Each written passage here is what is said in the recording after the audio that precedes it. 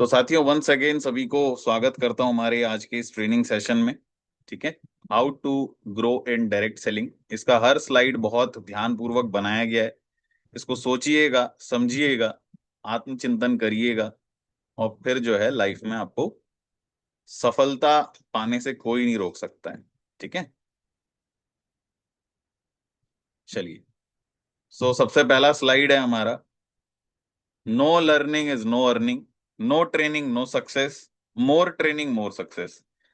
है ना। This training needs for all fighters, those who want to achieve and build their career in SLPS wellness through the medium of direct selling. ठीक है। हमारे यहाँ पे एक टैगलाइन भी है एसलीपीएस वेलनेस में। No training no success, no training no check. Simple है, अगर आप ट्रेनिंग लेंगे तो आप सक्सेस भी होंगे, ट्रेनिंग नहीं लेंगे तो कुछ भी नहीं होने वाला, कुछ भी नहीं होगा। ठीक है। तो सबसे पहला जो देख लेते हैं कि देश दुनिया में अभी चल क्या रहा है। तो देश दुनिया में जो है अभी चल रहा है आर्टिफिशियल इंटेलिजेंस। इसके बारे में बहुत हुआ सा भी चल रहा है और आप लोगों ने सुना भी होगा इसको कहीं ना कहीं। बिल्कुल घबराने वाली बात है इससे। ठीक है। क्योंकि मनुष्य ने जो है आर्टिफिशियल इंटेलिजेंस का इजाद किया है। आपके फोन, जितने भी नए नए फोन आ रहे हैं ना, सब में एआई इनबिल्ट आ रहा है। ठीक है। आर्टिफिशियल इंटेलिजेंस की जो है हर कस्टमर केयर में इसका जो है इंटीग्रेशन हो चुका है। हर ऑफिसेज में ये इंटीग्रेट किया जा रहा है, हर बड़े बड़े कंपनीज में हर जगह पे ये इंटीग्रेट हो रहा है, चाहे वो आईवीआर हो, इरेक्टिव वॉइस कॉलिंग कुछ होता है। ठीक है। आईवीआर में भी आपको एआई मिलेगा। कहीं पे फोटो को एडिट करना है वहां भी एआई मिल जाएगा। कहीं जगह पे बहुत सारे एप्लीकेशन है वहां एआई मिल जाएगा। तो एआई ने जो है आफत मचा रखा है। आधे से ज्यादा लोगों की ये नौकरी खा गया है। आगे मैं आपको दिखाता हूँ कैसे। तो एआई जो है इतना एडवांस हो चुका है, जबकि मनुष्य ने ही एआई को बनाया है, और एआई ही लोगों की नौकरी हर जगह से लेके चला जा रहा है, खत्म कर दे रहा है। कैसे? तो कहाँ कहाँ ये यूज हो जाता है एआई, वो भी देख लीजिए। ये आपका जो है फार्मास्यूटिकल कंपनीज में भी यूज हो जाता है, मिलिट्री में भी यूज हो जाता है, रोबोट्स बनाने में यूज हो जाता है। रोबोट का जो दिमाग है वो भी इसी इसी सिस्टम से ही चलता है। ठीक है। तो कहाँ कहाँ यूज हो सकता है वो आप यहाँ पे पढ़ सकते हैं। ठीक है। फाइनेंस सेक्टर में, हेल्थ केयर में, मिलिट्री में और गवर्नेंस में। ठीक है। तो why AI is replacing some jobs faster than others. AI क्यों रिप्लेस कर रहा है? क्योंकि एआई का मतलब ही है आर्टिफिशियल इंटेलिजेंस। तो इसको बनाया ही इस चीज के लिए गया है कि बहुत इजी जो काम है जो लोग करते थे उसको ये एआई अपने आप कर दे। कॉम्प्लेक्स काम को करने के लिए एआई को बनाया नहीं गया है, ये पहले समझ लीजिए। आर्टिफिशियल इंटेलिजेंस जो है बहुत ज्यादा कॉम्प्लेक्स काम नहीं कर सकता, इस वक्त कर सकता है भविष्य में। लेकिन जो छोटी मोटी कोडिंग होती है, छोटे मोटे जो प्रोजेक्ट्स होते हैं, छोटे मोटे जो फोटो एडिटिंग हो गई, कोई वीडियो बनाना हो गया, रील्स बनाने हो गए, कुछ आपने देखे भी होंगे एआई रिलेटेड। ठीक है। वो सारी चीजें जो है अब एआई ये कर लेता है। पहले एडिटर रखते थे लोग, अभी एआई के द्वारा हो जाता है। तो एडिटर की नौकरी चली गई। एक ड्रोन बनने के वजह से हेलीकॉप्टर उड़ाने वाली की भी नौकरी चली गई। हेलीकॉप्टर पे बैठ के जो वीडियो शूट करता था उसकी भी नौकरी चली गई। और हेलीकॉप्टर की भी नौकरी चली गई, वो भी नहीं खरीद रहा कोई। लोग ड्रोन खरीदते हैं, कैमरा लगा देते हैं, वो ड्रोन ही सब कुछ रिकॉर्ड कर लेता है, ऊपर से एआई तो है ही।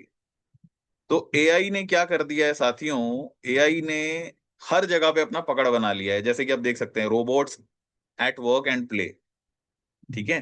तो रोबोट के द्वारा पिंग पोंग जो है खेल होता है टेबल टेनिस जैसा, वो खेला जा रहा है। रोबोट्स जो है वेंडिंग मशीन के द्वारा आपको जापान के हर रेलवे स्टेशन में मिल जाएंगे, एयरपोर्ट पे मिल जाएंगे। अभी तो दिल्ली में भी उपलब्ध है, हर जगह पे है। ठीक है। हर जगह पे, हर बड़े शहरों में वेंडिंग मशीन अभी आ चुका है। आप पैसा पकड़ाओ, वेंडिंग मशीन दे देगा, वो रोबोट्स ही है वो। आपका कोडिंग ही है सब कुछ। ठीक है। तो एआई के द्वारा, रोबोट के द्वारा ड्राइंग बनाई जा रही है। रोबोट के द्वारा जो है फुटबॉल खेला जा रहा है, खिलाया जा रहा है, बहुत सारी चीजों में जो है। ठीक है। आपका जो समुद्र के नीचे जो है रोवर भेजते हैं वो लोग, रिमोट ऑपरेटेड व्हीकल जो होता है, वो भी तो यही है, रोबोट ही तो है ना। फौज में जो आर्म्स एंड एमुनेशन या बम को जो है आपको डिस्ट्रॉय करने के लिए, डिफ्यूज करने के लिए जो भेजा जाता है रोबोट, वो भी यही है। तो हर जगह पे रोबोट का इस्तेमाल हो रहा है। इस वजह से क्या है, क्या हुआ रिसेंटली, एआई के वजह से 12,000 लोगों को निकाल दिया गया टीसीएस में से। ये अभी रिसेंट का ही न्यूज है, एकदम 5 6 दिन पहले का ये न्यूज है। टीसीएस, टाटा कंसल्टेंसी सर्विसेज, एक बहुत बड़ी आईटी कंपनी, इंडिया की नंबर 1 आईटी कंपनी। इससे पहले इन्फोसिस ने बहुत सारे लोगों को निकाला था, और टीसीएस ने फायर कर दिए 12,000 एम्प्लॉयज को, 12,000 लोगों को एक ही दिन में टीसीएस ने निकाल दिया। उसमें से कई लोग ऐसे थे जो 40 50 साल के थे, 30 साल के थे, 32 साल के थे। कुछ लड़के लड़कियां जिन्होंने रिसेंटली ज्वाइन किया था 22 25 साल के थे, वो ऐसे लोगों को भी निकाल दिया।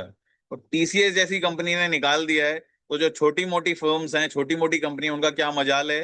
वो आने वाले टाइम पे वो भी निकालने लगेंगी धीरे धीरे।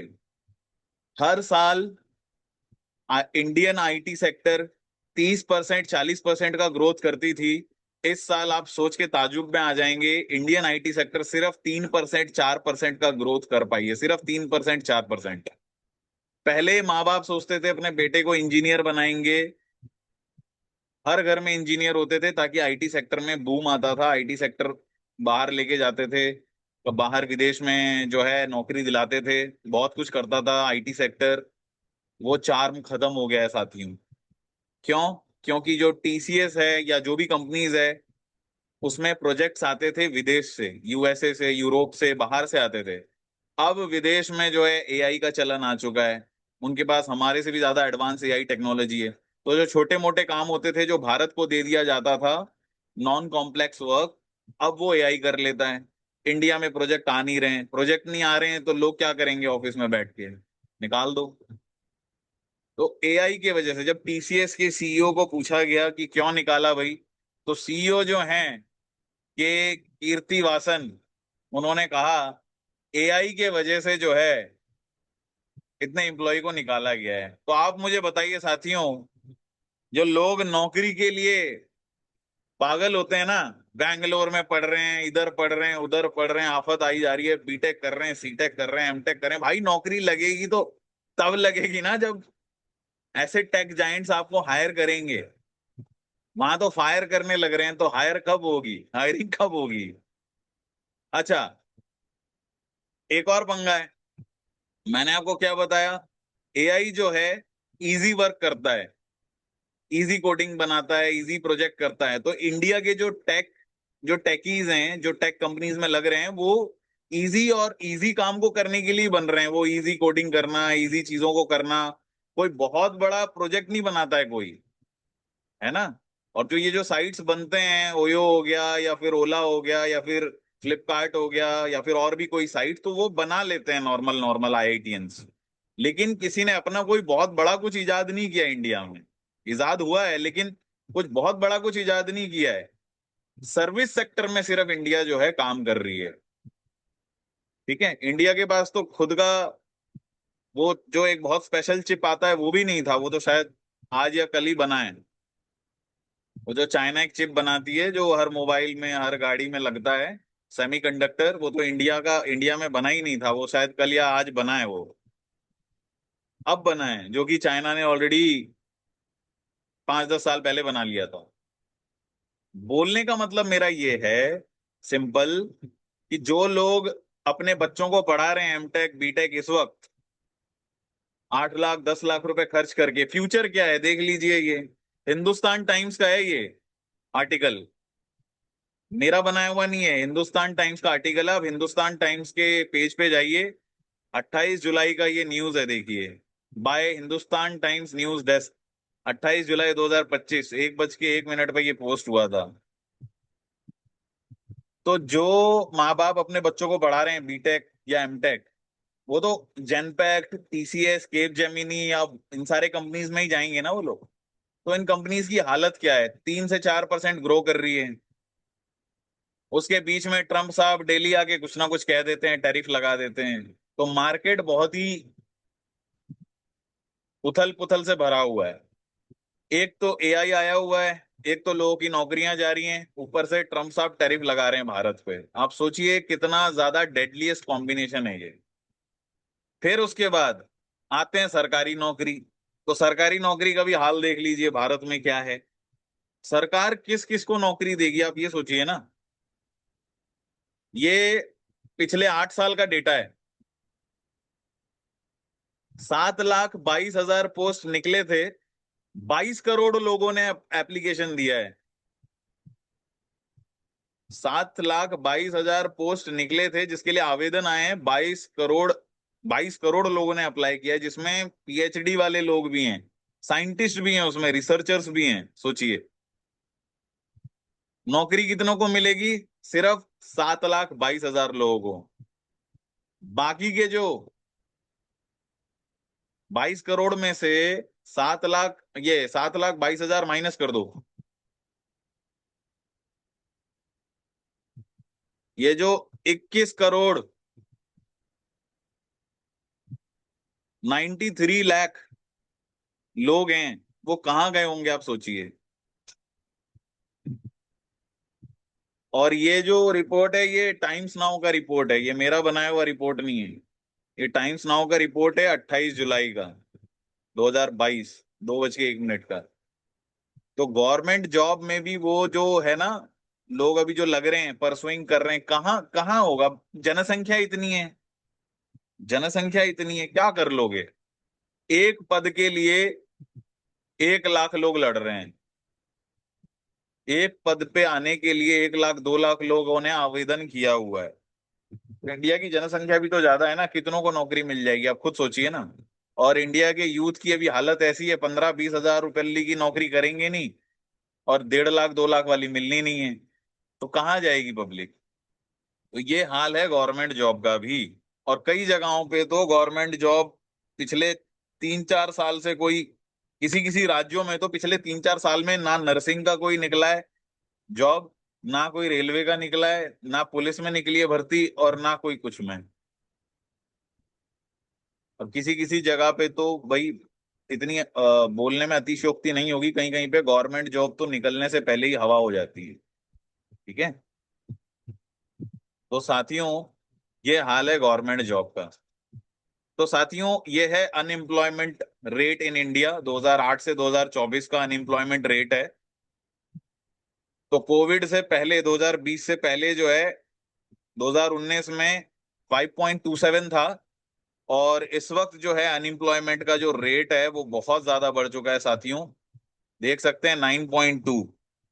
ठीक है, 9.2 2024 का जो रेट है अनएम्प्लॉयमेंट डेटा का, वो है 9.2। ठीक है। तो इतने प्रतिशत जो लोग हैं या यूथ है वो अनएम्प्लॉयड हैं, और इसमें काफी ज्यादा एजुकेटेड अनएम्प्लॉयड यूथ भी हैं, जो पढ़े लिखे हैं बट नौकरी नहीं है। ठीक है। तो ये आप सोच सकते हैं कि ये हाल है। तो साथियों एक ट्रेंड है, उस ट्रेंड को हम समझते हैं। इस ट्रेंड के वजह से जो है आपको समझ में आ जाएगा कि हो क्या रहा है, ये होता क्यों है। देखिए हर 10 साल में, हर 20 साल में ना एक ट्रेंड आता है, और वो ट्रेंड चला जाता है। उस ट्रेंड को जो पकड़ता है वो अरबपति खरबपति बन जाता है, और जो उस ट्रेंड को नहीं पकड़ता वो बहुत आउटडेटेड हो जाता है। 1950 के दशक में एक प्लास्टिक का ट्रेंड आया था। उस समय पे प्लास्टिक नया नया इजाद हुआ था, जिन जिन लोगों ने प्लास्टिक बनाई, प्लास्टिक की फैक्ट्री खोली, बहुत पैसे कमाए। आज के डेट में कई स्टेट में प्लास्टिक बैन है ना। फिर 1960 का समय आया, ऑयल का ट्रेंड आया। जिन जिन लोगों ने पेट्रोल पंप खोले, बहुत पैसे कमाए। आज के डेट में एक एक किलोमीटर के रास्ते पे आपको, मेन लैंड में एक एक किलोमीटर के रास्ते में 3-3 पेट्रोल पंप आपको मिल जाएंगे, 3-3। ठीक है। अंडमान में शायद इतना ना मिले आपको 1 किलोमीटर में, लेकिन मेनलैंड में आप कभी घूम के आइए, 1-1.5 किलोमीटर में आपको 3-3 पेट्रोल मिल जाएंगे, पेट्रोल पंप मिल जाएंगे भाई साहब। 1970 का जमाना आया, ऑटोमोबाइल का सेक्टर। उस समय पे जिन लोगों ने बसेस चलवाए, ट्रक चलवाए, बहुत पैसा कमाया, बहुत पैसा कमाया। लेकिन आज के डेट में बसेस और ट्रक चला के कई लोग नहीं कमा सकते हैं, क्योंकि अभी पब्लिक भी ज्यादा है, और बसेस तो, गाड़ियां तो और भी ज्यादा है। वो ट्रेंड भी चला गया। 1980 के दशक में कंप्यूटर का ट्रेंड आया। उस समय पे जिन लोगों ने कंप्यूटर चलाना सीख लिया था, बेसिक से बेसिक कोडिंग सीख ली थी, आज वो बंदा इंडिया में भी नहीं है, वो बाहर सेटल हो गया है।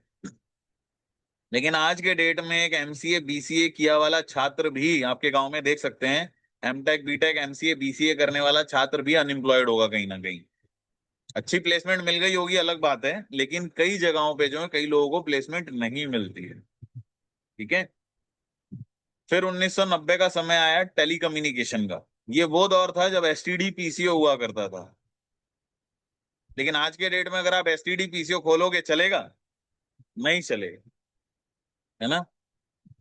क्योंकि आज के डेट में हर बंदा अपने फोन में दो दो तीन तीन एसटीडी पीसीओ मेंटेन करता है एज अ मोबाइल, है ना। फिर उसके बाद सन 2000 में ट्रेंड आया इंफॉर्मेशन टेक्नोलॉजी, सूचना प्रौद्योगिकरण। तो ये इंफॉर्मेशन टेक्नोलॉजी का दौर वो दौर है जब रामदेव बाबा टीवी पे आके योगा के बारे में संस्कार चैनल के माध्यम से बहुत कुछ बताया करते थे। तो योगा रामदेव बाबा जी ने थोड़ी बनाया है, योगा तो शास्त्रों में था।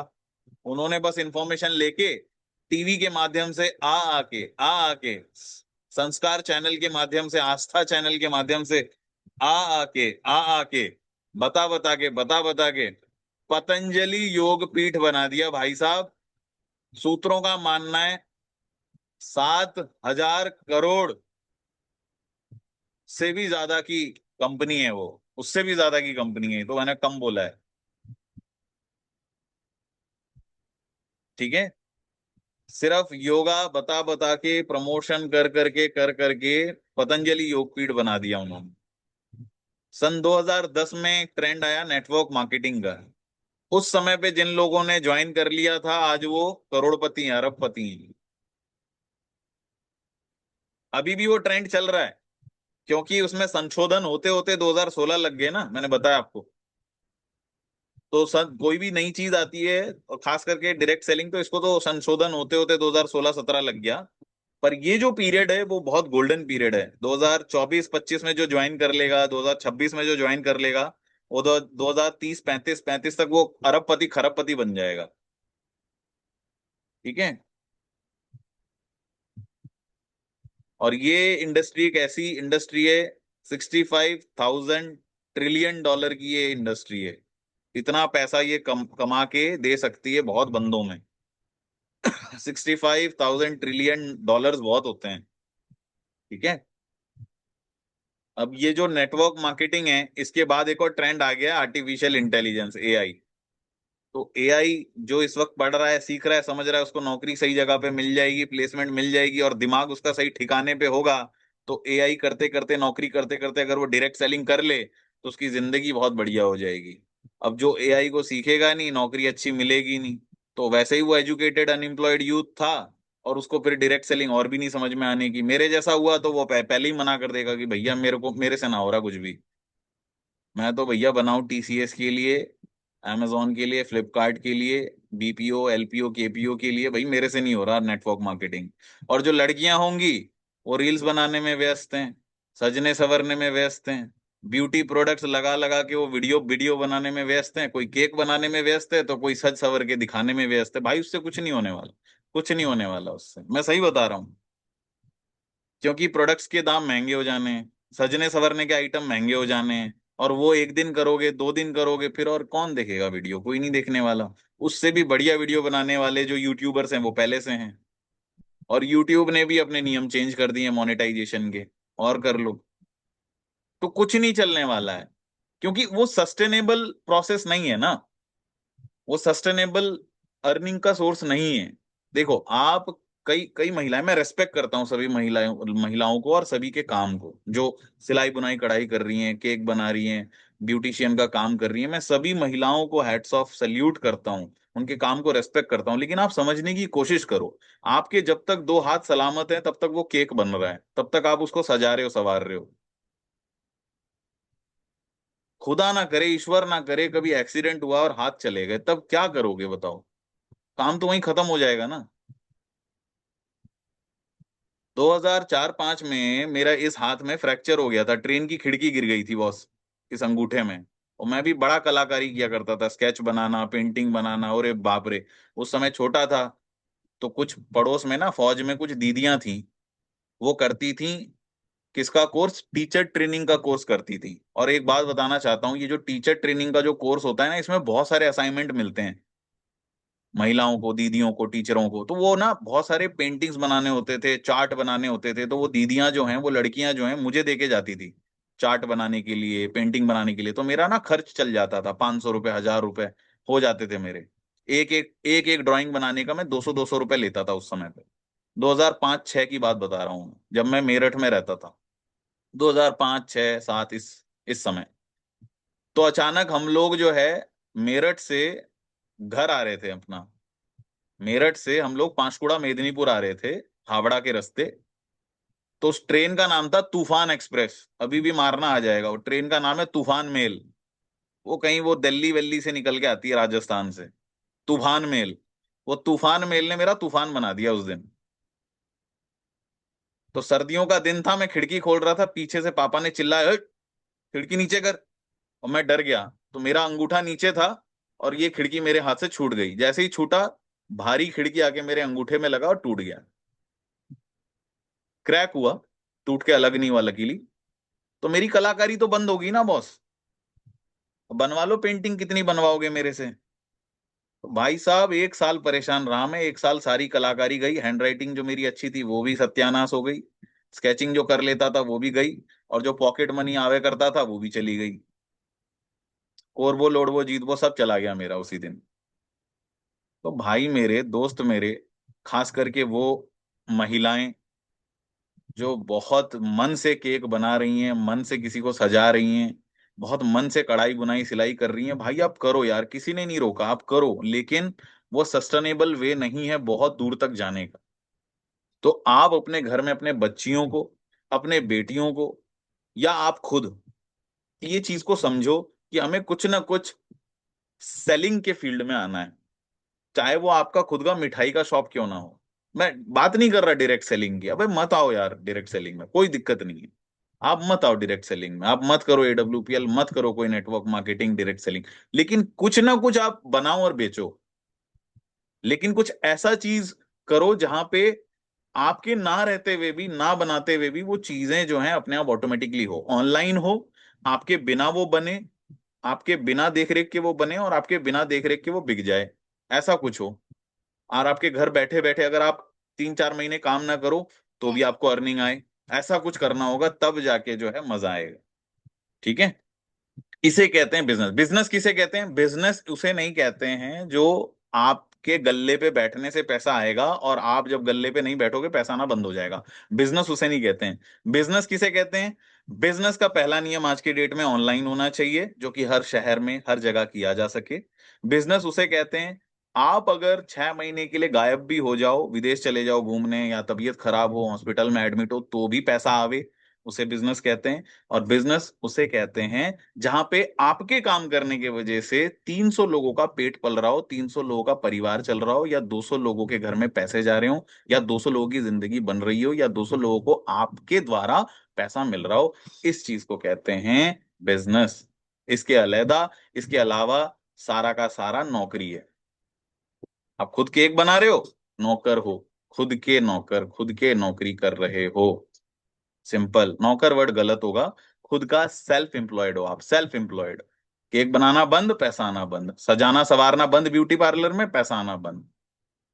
You are the self employed person. जब जब ब्यूटी पार्लर जाओगे पैसा आएगा, जब जब सजाने किसी को जाओगे पैसा आएगा। सजाने जाना बंद, पैसा आना बंद। केक बनाना बंद, पैसा आना बंद। दुकान खोलना बंद, पैसा आना बंद। वो बिजनेस नहीं है यार। कई लोग दुकान खोल के उसको बिजनेस बोलते हैं, वो बिजनेस नहीं होता है। वो सिर्फ एक ट्रेडिंग है और कुछ नहीं। उधर का माल लाए सस्ते में 10 रुपए में, इधर आपने 15 करके बेच दिया, वो तो ट्रेडिंग हो गया ना भाई। तो ये चीजें समझना बहुत जरूरी है आज के डेट में, नहीं तो बहुत हम लोग पीछे हो जाएंगे। ठीक है। अब बाकी सबके अपनी अपनी सोच होती है, उसको तो हम कुछ कह नहीं सकते हैं। ठीक है। अब कई लोगों के एज ग्रुप से मैं छोटा हूं तो कई लोग बोलेंगे ऋषि सर नहीं नहीं ऐसी बात नहीं है, मैं 60 70 साल का हूँ, 50 साल का हूँ। तो भाई मेरे उन लोगों के लिए बता दूं कि भाई मेरे, आप एक बार निफ्टी 50 और बैंक निफ्टी की हालत देख लो कैसी चल रही है। ट्रम्प साहब की वजह से और अभी के हालात की वजह से मार्केट बहुत हिला पड़ा है। ठीक है। तो कई लोग मुझे ये भी कहते हैं कि भाई आपने दुनिया नहीं देखी है। तो दुनिया देखने के लिए तो पासपोर्ट चाहिए होता है, और मेरे पासपोर्ट पे तो थाईलैंड और मलेशिया का टैग लगा हुआ है, तो कईयों के पास पासपोर्ट ही नहीं होता है। और बहुत जल्दी फैमिली के साथ मैं सिंगापुर जाने वाला हूँ, दुबई जाने वाला हूँ। तो भाई कई लोग ऐसा कहते हैं, आप लोगों के बारे में नहीं कह रहा मैं बस ये बोलना चाह रहा हूँ कि मेरी बातों को आप बस एकदम न्यूट्रल होके सुनिए, समझिए कि हाँ ऐसी चीजें हैं। कहीं गलत लगता है तो उसको आप बोल सकते हैं या संशोधन कर सकते हैं, एनालाइज कर सकते हैं। बट ये जो भी चीजें मैं बता रहा हूँ बिल्कुल फैक्ट्स एंड फिगर्स हैं, और देख के समझ के ही बता रहा हूँ मैं, क्योंकि मेरे सर्कल में भी बहुत सारी मेरे दोस्त हैं, लड़कियां हैं, जो दोस्त हैं जो लोग खुद का कोई बिजनेस कर रहे हैं, काम कर रहे हैं, मैं उनको बहुत रेस्पेक्ट कर रहा हूँ। At least they are very better from those person who are sitting idle and doing nothing. उन लोगों से तो बेहतर ही है ना जो लोग कुछ नहीं कर रहे हैं, खाली बैठे हैं।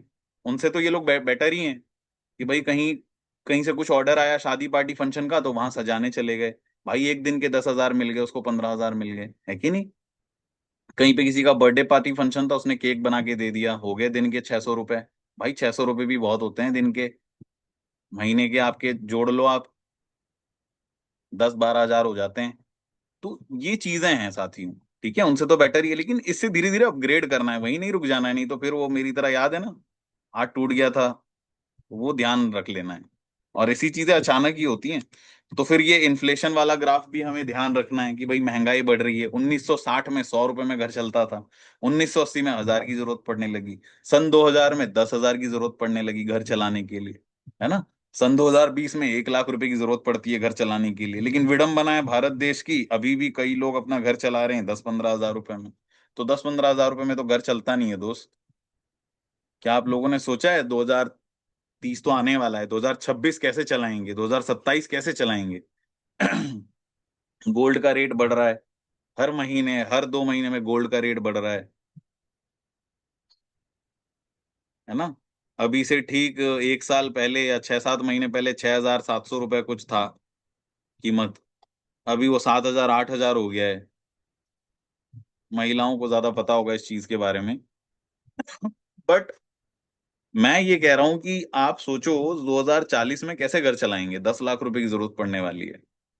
सन 2026 सन 2027 के बारे में आपने प्लानिंग करी है कि नहीं करी है, सोचिए जरा। अब सोचिए आधे से ज्यादा लोगों ने कुछ प्लान नहीं किया है, सन 2026 कैसे चलेगा, 27 कैसे चलेगा, 30 में मैं किस रैंक पे रहूंगा, 30 में मेरी सैलरी क्या होगी, 2030 में फैमिली को क्या दूंगा, बच्चों को क्या भविष्य दूंगा। कुछ नहीं सोचा होता है लोगों ने। डोंट वरी, मैंने भी कुछ नहीं सोचा था कभी इस फील्ड में आने से पहले। कभी नहीं सोचा था मैंने, कभी भी नहीं सोचा था साथी। तो सन 2025, सन 2020 को भी गए हुए 5 साल हो चुके हैं साथियों, सन 2025 चल रहा है। सन 2025 में घर का खर्च जो है 10-15 हजार में नहीं चलता है साथियों। अभी जो है लगभग लगभग 1 लाख 1.5 लाख रुपए चाहिए होते हैं घर चलाने के लिए, है ना। तो सन 2030 को ध्यान में रखते हुए काम करिए, और ये फील्ड जो है बिल्कुल आपको 2 लाख रुपए पर वीक दे सकता है। इतनी इस ऑर्गेनाइजेशन में जो है दम है, उस हिसाब से आप, उस सोच से आप इस काम को करिए, डेफिनेटली आप बहुत आगे तक बढ़ेंगे। ठीक है। तो ये काम कितना ग्रोथ आपको दे सकता है, देखिए। एडब्ल्यूपीएल में आने के बाद आपको सिर्फ 2 ही काम करना है, ज्यादा से ज्यादा लोगों से मिलना है और ज्यादा से ज्यादा लोगों को इस एडब्ल्यूपीएल के बारे में बताना है।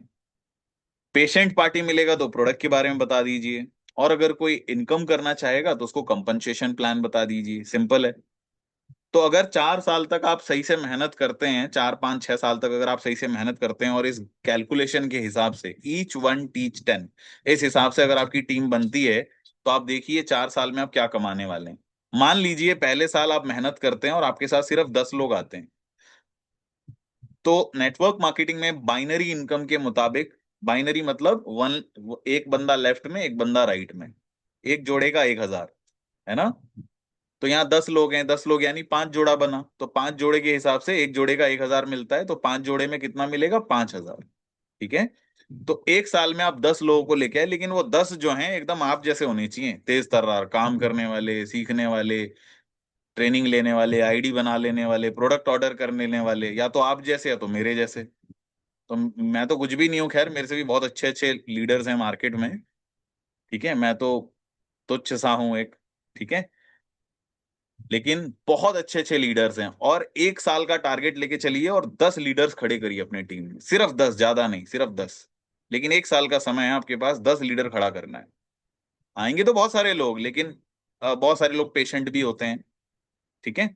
तो एक साल में 10 लोगों को आपने जो है आपकी टीम में लीडर बनाया, और आपको जो है मैचिंग इनकम के हिसाब से 5,000 रुपये मिला। इन्हीं 10 लोगों को आप बता दीजिए कि भैया मैं एक साल में 10 लोगों को ला सकता हूं, तो आप भी अगले साल तक 10-10 लोगों को ला सकते हैं। एक ग्रुप मीटिंग लीजिए उन 10 लोगों का, और उन 10 लोगों को बोलिए आप भी अगले साल तक 10-10 लोगों को लेके आइए।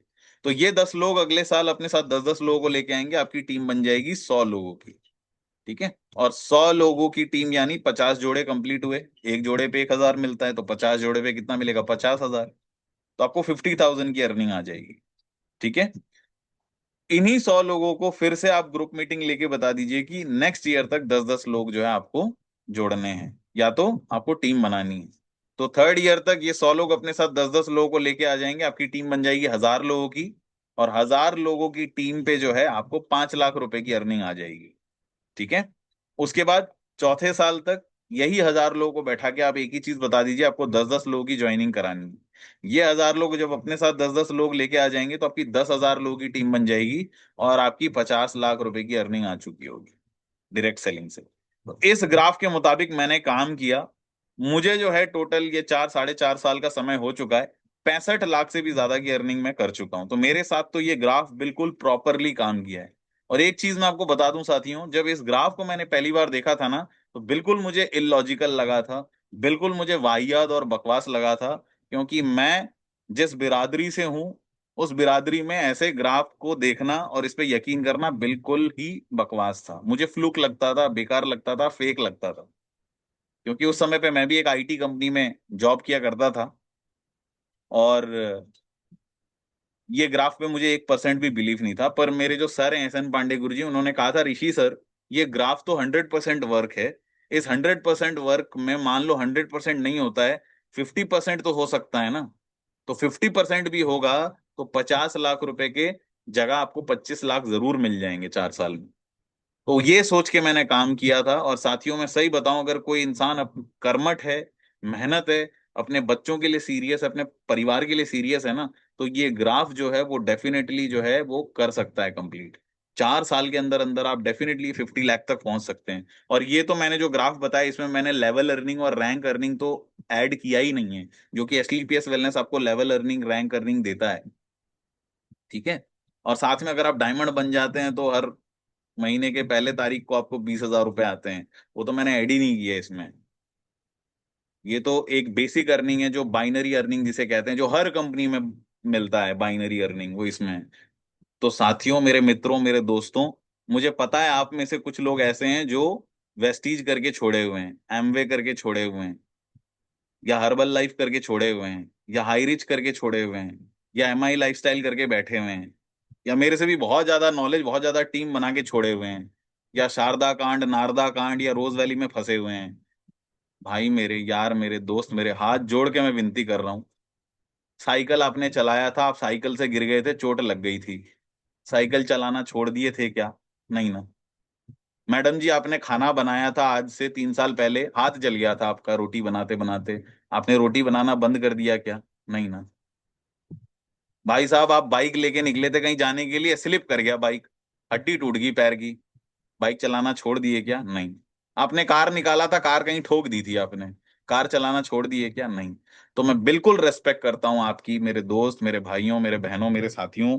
आपको नमन है जिन लोगों ने कीवा करके छोड़ा हुआ है, फ्लैबिया करके छोड़ा हुआ है, एमवे करके छोड़ा हुआ है। आपको साष्टांग प्रणाम है, आपको नमन है। भाई मेरे, दिल लगा के AWPL एक बार कर दो, पूरा जान डाल दो इसमें, फिर देखो डायरेक्ट सेलिंग किसे कहते हैं। आपके हर उस कंपनी को रेस्पेक्ट है मेरे लिए मेरे दोस्त, सब कंपनी के लिए रेस्पेक्ट है। वेस्टीज के लिए भी, हाई रिच के लिए भी, रोज वैली के लिए भी, GTFS के लिए भी, कीवा के लिए भी, फ्लाविया के लिए भी, मोदी केयर के लिए भी। हर कंपनी को रेस्पेक्ट है, आपको भी रेस्पेक्ट है, उस कंपनी को भी रेस्पेक्ट है, उसके मालिक को भी रेस्पेक्ट है, सबके लिए रेस्पेक्ट है दिल में। पर मेरे कहने के बदौलत एक बार इस ऑर्गेनाइजेशन को कर लो, क्योंकि मैं भी सिक्योर लाइफ किया वाला हूं, मैं भी वेस्टीज किया वाला हूं, RCM मैंने भी करी थी कभी, मैंने माई रिचार्ज मैंने भी करी थी, स्पीक एशिया से 11,000 रुपए का लॉस मेरा भी हुआ था। जहां आपका पैसा डूबा है, उसी सेक्टर से पैसा मिल भी सकता है, बशर्ते सही जगह पे, सही अपलाइन के साथ, सही प्लेटफॉर्म में, सही प्रोडक्ट के साथ आप दिल लगा के काम करो, सीखते हुए काम करो, बहुत आगे तक जाओगे। बहुत आकाश चुंबी जो है आपकी जो है सफलता रहेगी। और जब आप हारे हुए हो ना, यू हैव एक्सपीरियंस, वो एक्सपीरियंस के दम पे आप बहुत आगे जा सकते हो। आज मैं इतनी जल्दी डायमंड क्यों बना? क्योंकि मेरे पास वेस्टीज का एक्सपीरियंस है, मोदी केयर का एक्सपीरियंस है, माई रिचार्ज का एक्सपीरियंस है, एमवे का एक्सपीरियंस है। मेरे माँ बाप ने एमवे करा था त्रेता युग में। त्रेता युग, घबराओ मत, बहुत पहले, मतलब सन 2001 2 की बात है, उस समय किया था। तो वो सारा एक्सपीरियंस जब मैं ग्राउंड पे उतरता हूँ ना, सारा एक्सपीरियंस मैं सामने वाले को बता देता हूँ। वो क्वेश्चन पूछने से पहले ही वो सोचता है कि यार भाई ये तो मेरे ही बिरादरी का है, ये भी पछताया हुआ है। तो एक्सपीरियंस अगर आपके पास है ना, आप ग्राउंड में उतार दीजिए उसको, लोग डेफिनेटली आपके साथ ज्वाइन करेंगे, लेकिन सच्चे तरीके से, अच्छे तरीके से। सिंपल है। तो कई लोग जले फूके रहते हैं, अरे यार मैंने वो वेस्टीज करी थी, हाई रिच करी थी, मैं तो फेल हो गया था, छोड़ ना यार, इस सेक्टर में जाऊंगा ही नहीं। अरे भाई, इस सेक्टर में आके तो देखो क्या मजे हैं। आप किस सेक्टर में जाओगे? मैंने तो सेक्टर बता ही दिया आपको। आईटी इंडस्ट्री से बड़ा कोई इंडस्ट्री है क्या इंडिया में? होटल इंडस्ट्री है। पर कब तक? वहां भी एआई आ जाएगा, वहां भी रोबोट्स आ जाएंगे। चाइना जापान के ब्लॉग्स देखो, उनके होटलों में लोग काम नहीं कर रहे हैं, रोबोट काम कर रहे हैं। दिन बदलते समय नहीं लगता। कब आ जाएंगे रोबोट, कहाँ किसकी नौकरी चली जाएगी पता नहीं। आधे से ज्यादा रेलवे स्टेशन में वो टिकट काउंटर खत्म हो गए हैं। देखो ना मेनलैंड में जाके, एक दो काउंटर खुले रहते हैं बस। टिकट भी वो मशीन से निकाल रहे होते हैं लोग। अब तो एप्लीकेशन आ गया, ऑनलाइन आ गया, अब तो काटते भी नहीं है कई लोग। तो समय बदलते समय नहीं लगता है। पहले हम लोग कैश यूज करते थे, अभी यूपीआई यूज करते हैं। एटीएम का दौर भी चला गया है, क्यूआर कोड स्कैन करके पैसा भेजते हैं। आप सोचिए ना। तो समय नहीं लगता है वक्त बदलने में। तो मेरे कहने पे, मेरे मित्रों, मेरे साथियों, पहले जो भरा वाला ग्लास है ना दूसरे कंपनी का, उस ग्लास को खाली कर लो। जो बीत गया सो बात गई। सिंपल। जो हो सकता है, जो आने वाला है, उस पर ध्यान दो, उस पर फोकस करके करो। कई लोग वो जीटीएफएस में ही फंसे हुए हैं, वो रोज वैली में ही फंसे हुए हैं, वो एमवे में अभी भी वो लटका पड़ा है मेरे माँ बाप की तरह। अरे निकलो भाई वहां से, निकल के आगे बढ़ो। जरूरी नहीं है एडब्ल्यूपीएल में मत्था मारो, और भी कोई कंपनी है उसमें भी जा सकते हो। अभी तो सारी कंपनी एक हो गई है। आईडीएसए से अप्रूव्ड और एडीएसईआई के अंडर में जो कंपनीज आती हैं, वो कोई भी कंपनी ज्वाइन कर लो। कोई जरूरी नहीं है एडब्ल्यूपीएल में मत्था मारो, फोड़ लो मत्था इसमें, ऋषि सर के बोलने पे। ऐसा नहीं है।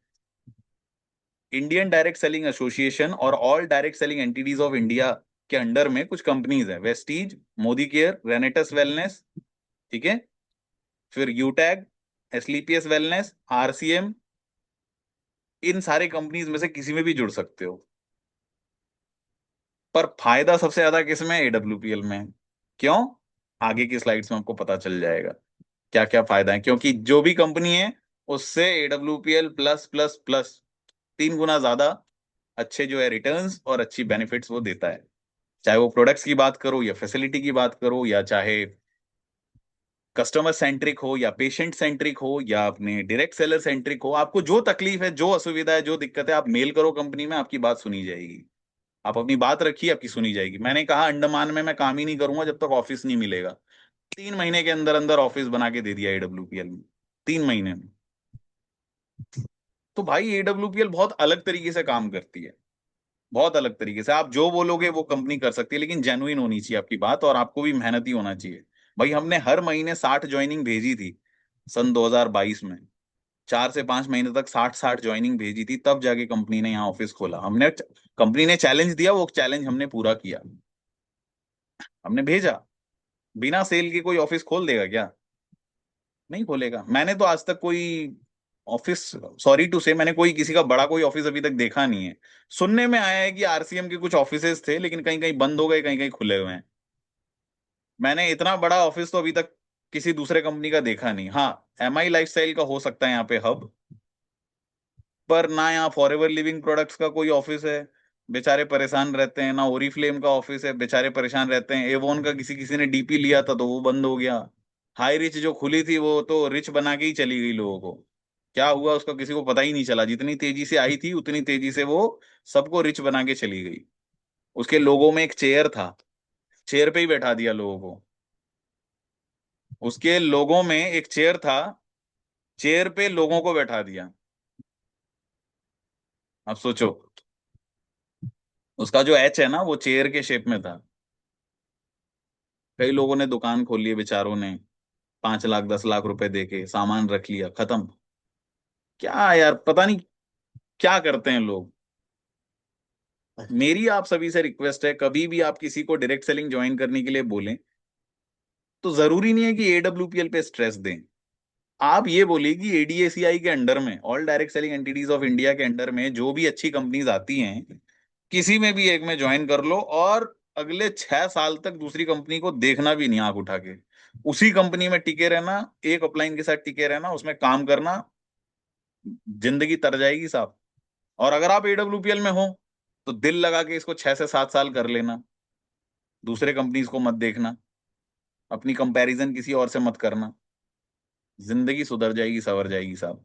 मैं पहले जहां जॉब किया करता था सिर्फ 15 से 20 हजार रुपए महीना कमाया करता था, आज वो 15 से 20 हजार रुपए हफ्ते में आ जाते हैं। मैंने कभी भी नहीं सोचा था कि 15 से 20 हजार रुपए में मेरी लाइफ कैसे पलेगी, क्योंकि कभी ना कभी शादी होगी, बच्चे होंगे। उस समय सोचा करता था 2017-18 में, कभी ना कभी वाइफ आएगी, कभी ना कभी बच्चे होंगे। और पांडे गुरुजी ने बताया था कि जब वाइफ आती है ना लाइफ में, बच्चे आते हैं ना, तो सैलरी आधी हो जाती है। तो गुरुजी ने ये पॉइंट बोल के मुझे जीत लिया था, and I have to buy his words. तो गुरुजी ने मुझे एक ही चीज कहा, 15 हजार का तो हाफ हो जाएगा सर, 7-8 हजार हो जाएगी आपकी सैलरी। मैंने कहा 7-8 हजार कैसे होगी, सैलरी तो 15 आती है, 15 ही आएगी ना। बोला भाई, आपके लाइफ में जब वाइफ आएगी, बच्चे आएंगे, तो पहले एक जोड़ी चप्पल में काम चल जाता था, अभी 2 जोड़ी चाहिए। पहले एक एक टूथपेस्ट में काम चलता था, अभी 2 चाहिए। हाँ, पहले आप घर में जैसे तैसे रह लेते थे, सुबह बिना खाए रह लिए, दोपहर में बिना खाए रह लिए, रात को आपने इकट्ठा लंच डिनर कर लिया, ब्रेकफास्ट। बच्चे आने के बाद, फैमिली आने के बाद तो नहीं होगा। उस समय पे ऐसा रियलिस्टिक लगता नहीं था, सन 2016-17 में, इसलिए मैंने किया भी नहीं। लेकिन जब ये कोविड आया और अचानक मेरे पिताजी डेथ कर गए, तो मुझे लगा भाई अब तो यार पैरों तले जमीन खिसक गई बॉस। और फिर जो है, मुझे जब लाइफ पार्टनर मिली, तब मुझे लगा बॉस, अभी तो मेरे से आप पूछिए, 1 लाख 2 लाख रुपए भी कम है घर चलाने के लिए। मैं सही बता रहा हूं आपको, हवा की तरह पैसे आते हैं और नाइट्रोजन की गति से निकल जाते हैं। ठीक है, तो 1-1.5 लाख की भी कोई औकात नहीं है साथियों मार्केट में, मैं सही बता रहा हूं आपको। और अगर आप अंडमान वासी हैं तो भाई मुझे बताने की जरूरत नहीं है यहाँ सब्जियों की दाम क्या है, और यहाँ पे लाइवलीहुड की दाम क्या है रहने के। ये मेरे से बेटर आपको पता है। जो स्क्रीन गार्ड मेनलैंड में 150 रुपए 100 रुपए में मिलता है ना, वो यहाँ पे 200-300 रुपए में मिलता है। हर फोन, हर इलेक्ट्रॉनिक्स, हर चीज पे 500 रुपए 600 रुपए एक्स्ट्रा। हर सब्जी महंगी। कई लोगों की सैलरी 1 लाख 2 लाख अबव होगी तो उसको फर्क नहीं पड़ता, लेकिन फर्क पड़ता है साथियों उन लोगों को जो मध्यम वर्गीय परिवार हैं, जो 2 जून की रोटी भी कैसे खा रहे हैं नहीं पता। उनके लिए बहुत महंगा होता है। 50 रुपए किलो आलू भी बहुत लगता है उनके शरीर में। मेनलैंड में जाके पूछिए, 10 रुपए 20 रुपए किलो आलू चल रहा होगा इस वक्त, और यहाँ 50 रुपए 60 रुपए किलो, कभी कभी 80 हो जाता है। मैं एकदम एकदम रियल टाइम डेटा बता रहा हूँ आपको, एकदम जो जन साधारण की जो सोच विचार है, उनके मन की बात है, वो बता रहा हूँ मैं आपको। तो साथियों इसी वजह से हमें इस सेक्टर को करना है, और ये ग्राफ पे फोकस करना है। और आपको जो है, यूं सोच लीजिए, ठान लीजिए कि 1 साल के अंदर मुझे 10 लीडर तैयार करने ही हैं, एनी हाउ 10 लीडर मुझे मेरे जैसे बनाने हैं, तभी ये ग्राफ होगा आपके लाइफ में, नहीं तो ये नहीं होगा। ये ग्राफ तभी आपके लाइफ में जो सेट हो पाएगा जब ये आप इस तरीके से कैलकुलेट करके करोगे। और ठीक है, तो एक 8वां चमत्कार है दुनिया का, सर एल्बर्ट आइंस्टाइन ने कहा है कि compounding is the 8th wonder of world. इस दुनिया में 7 अजूबे हैं ना, वो लीनिंग टावर ऑफ पीसा, फिर वो आपके जो पिरामिड्स हो गए, फिर उसके बाद वो ग्रेट वॉल ऑफ चाइना, फिर अपना वो ताजमहल, ये सब मिला के 7 अजूबे होते हैं, है ना। तो 8वां अजूबा पता है क्या है? 8वां अजूबा है the power of compounding. Power of compounding जो होता है, इसको कहते हैं मल्टीप्लिकेशन की शक्ति। तो ये बिजनेस कैसे चलता है वो समझिए। इस स्लाइड को देख के आपके अंदर एक उम्मीद जगेगी तगड़ी वाली। देखिए, ये जो चेस बोर्ड का जो गेम ये इजाद हुआ था ना, ठीक है, शतरंज का खेल, ये जब इजाद हुआ था, ये भारत में ही इजाद हुआ था। तो एक राजा बहुत प्रसन्न हुए, बोले कि तो बहुत बढ़िया गेम बनाया तुमने ये शतरंज का, चेस बोर्ड का, है ना। 64 बॉक्सेस होते हैं, काला सफेद मिला के 64 बॉक्सेस होते हैं, और ये तो बहुत बढ़िया गेम है, बहुत अच्छा टाइम पास होता है लोगों का। तो आपको जो है ये चेस बोर्ड आपने जो बनाया है, ये जो चेस का गेम बनाया है, इसके लिए हम आपको गिफ्ट देंगे।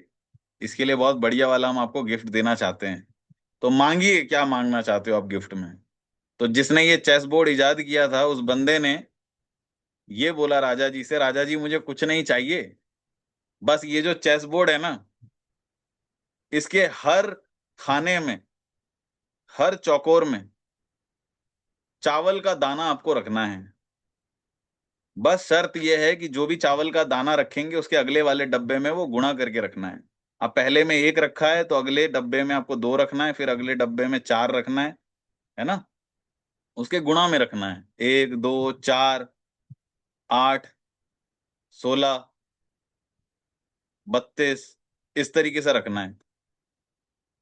तो राजा जी जो है वो बोलने लगे कि बस इतनी सी बात है।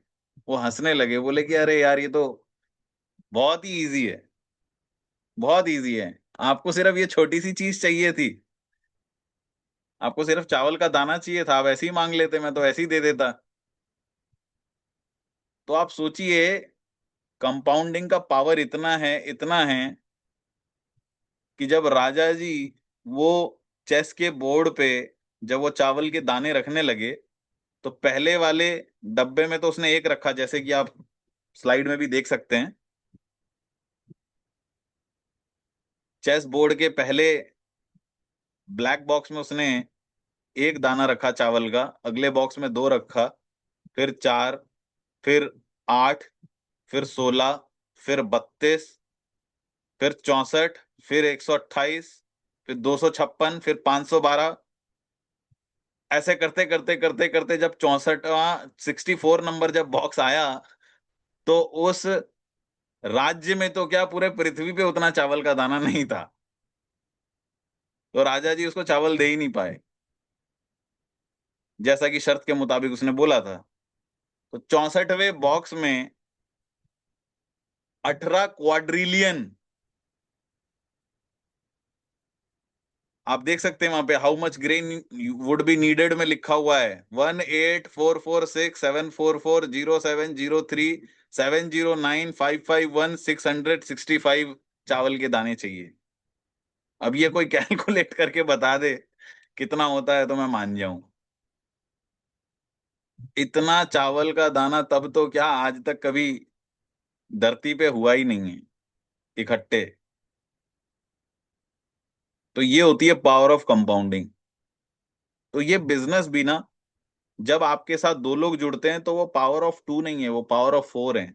जब आपके साथ 4 लोग जुड़ते हैं, वो पावर ऑफ 4 नहीं है, पावर ऑफ 8 है। तो आपको उस हिसाब से, उस मंशा से काम करना है उनके साथ, तब जाके जो है ये मैजिक ऑफ कंपाउंडिंग जो है ये आएगा। ठीक है, ये बहुत बहुत जबरदस्त चीज है मैजिक ऑफ कंपाउंडिंग। ठीक है। उसके बाद एसलीपीएस वेलनेस ही क्यों करें, एसलीपीएस वेलनेस इतना खास क्यों है, क्योंकि देखिए इसमें फाइटर परिवार सुरक्षा योजना है। जब भी यहाँ पे कोई एमरल्ड रैंक से लेकर के ब्लू डायमंड रैंक के बीच में अगर किसी की डेथ होती है साथियों, तो हर रैंक के मुताबिक जो है उसको जो रैंक इनकम मिलता है, वो रैंक इनकम दोबारा एक और बार दिया जाता है। तो एमरल्ड रैंक पे 1 लाख रुपए मिलते हैं, तो दोबारा अगर किसी को एमरल्ड रैंक पे अगर किसी की मृत्यु हो जाती है, ईश्वर ना करे, खुदा ना करे कभी किसी के साथ ऐसा हो, तो उस रैंक पे देखिए 1 लाख रुपए की अर्निंग मिलती है। टोपास पे 2 लाख, रूबी स्टार पे 3 लाख, सफायर पे 4 लाख, स्टार सफायर पे 8,20,000, डायमंड पे 12,40,000, ठीक है, और ब्लू डायमंड पे 22 लाख, 22 लाख रुपए रैंक इनकम मिलता है। और 22 लाख रुपए जो है कभी किसी को कुछ हो तो वो भी मिलता है, तो जैसे कि, और साथ ही साथ अगर उनके घर में बच्चे हैं तो child education and welfare fund भी मिलता है। ठीक है। और देखिए साथियों, एक रियल लाइफ एग्जांपल, हमारे बीच में एक ब्लू डायमंड लीडर थे। 2020 में एक ब्लू डायमंड लीडर थे, मिस्टर गणपत मीना जी। वो, ऐसा कहा जाता है कि वो जिस दिन ब्लू डायमंड बने थे, ब्लू डायमंड बनने के एक हफ्ते के अंदर अंदर उनकी डेथ हो गई थी, सड़क दुर्घटना में उनकी डेथ हो गई थी। तो वो ब्लू डायमंड बने ही थे, 22 लाख रुपए उनको मिले ही थे, लेकिन उनकी डेथ होने पर कंपनी ने फिर से ये 22 लाख रुपए जो है उनके दोनों बच्चों के नाम पे दिया। देवांश मीना के नाम पे 11 लाख, और भावना मीना के नाम पे 11 लाख रुपए, ये कंपनी ने जो है दोनों को दिया।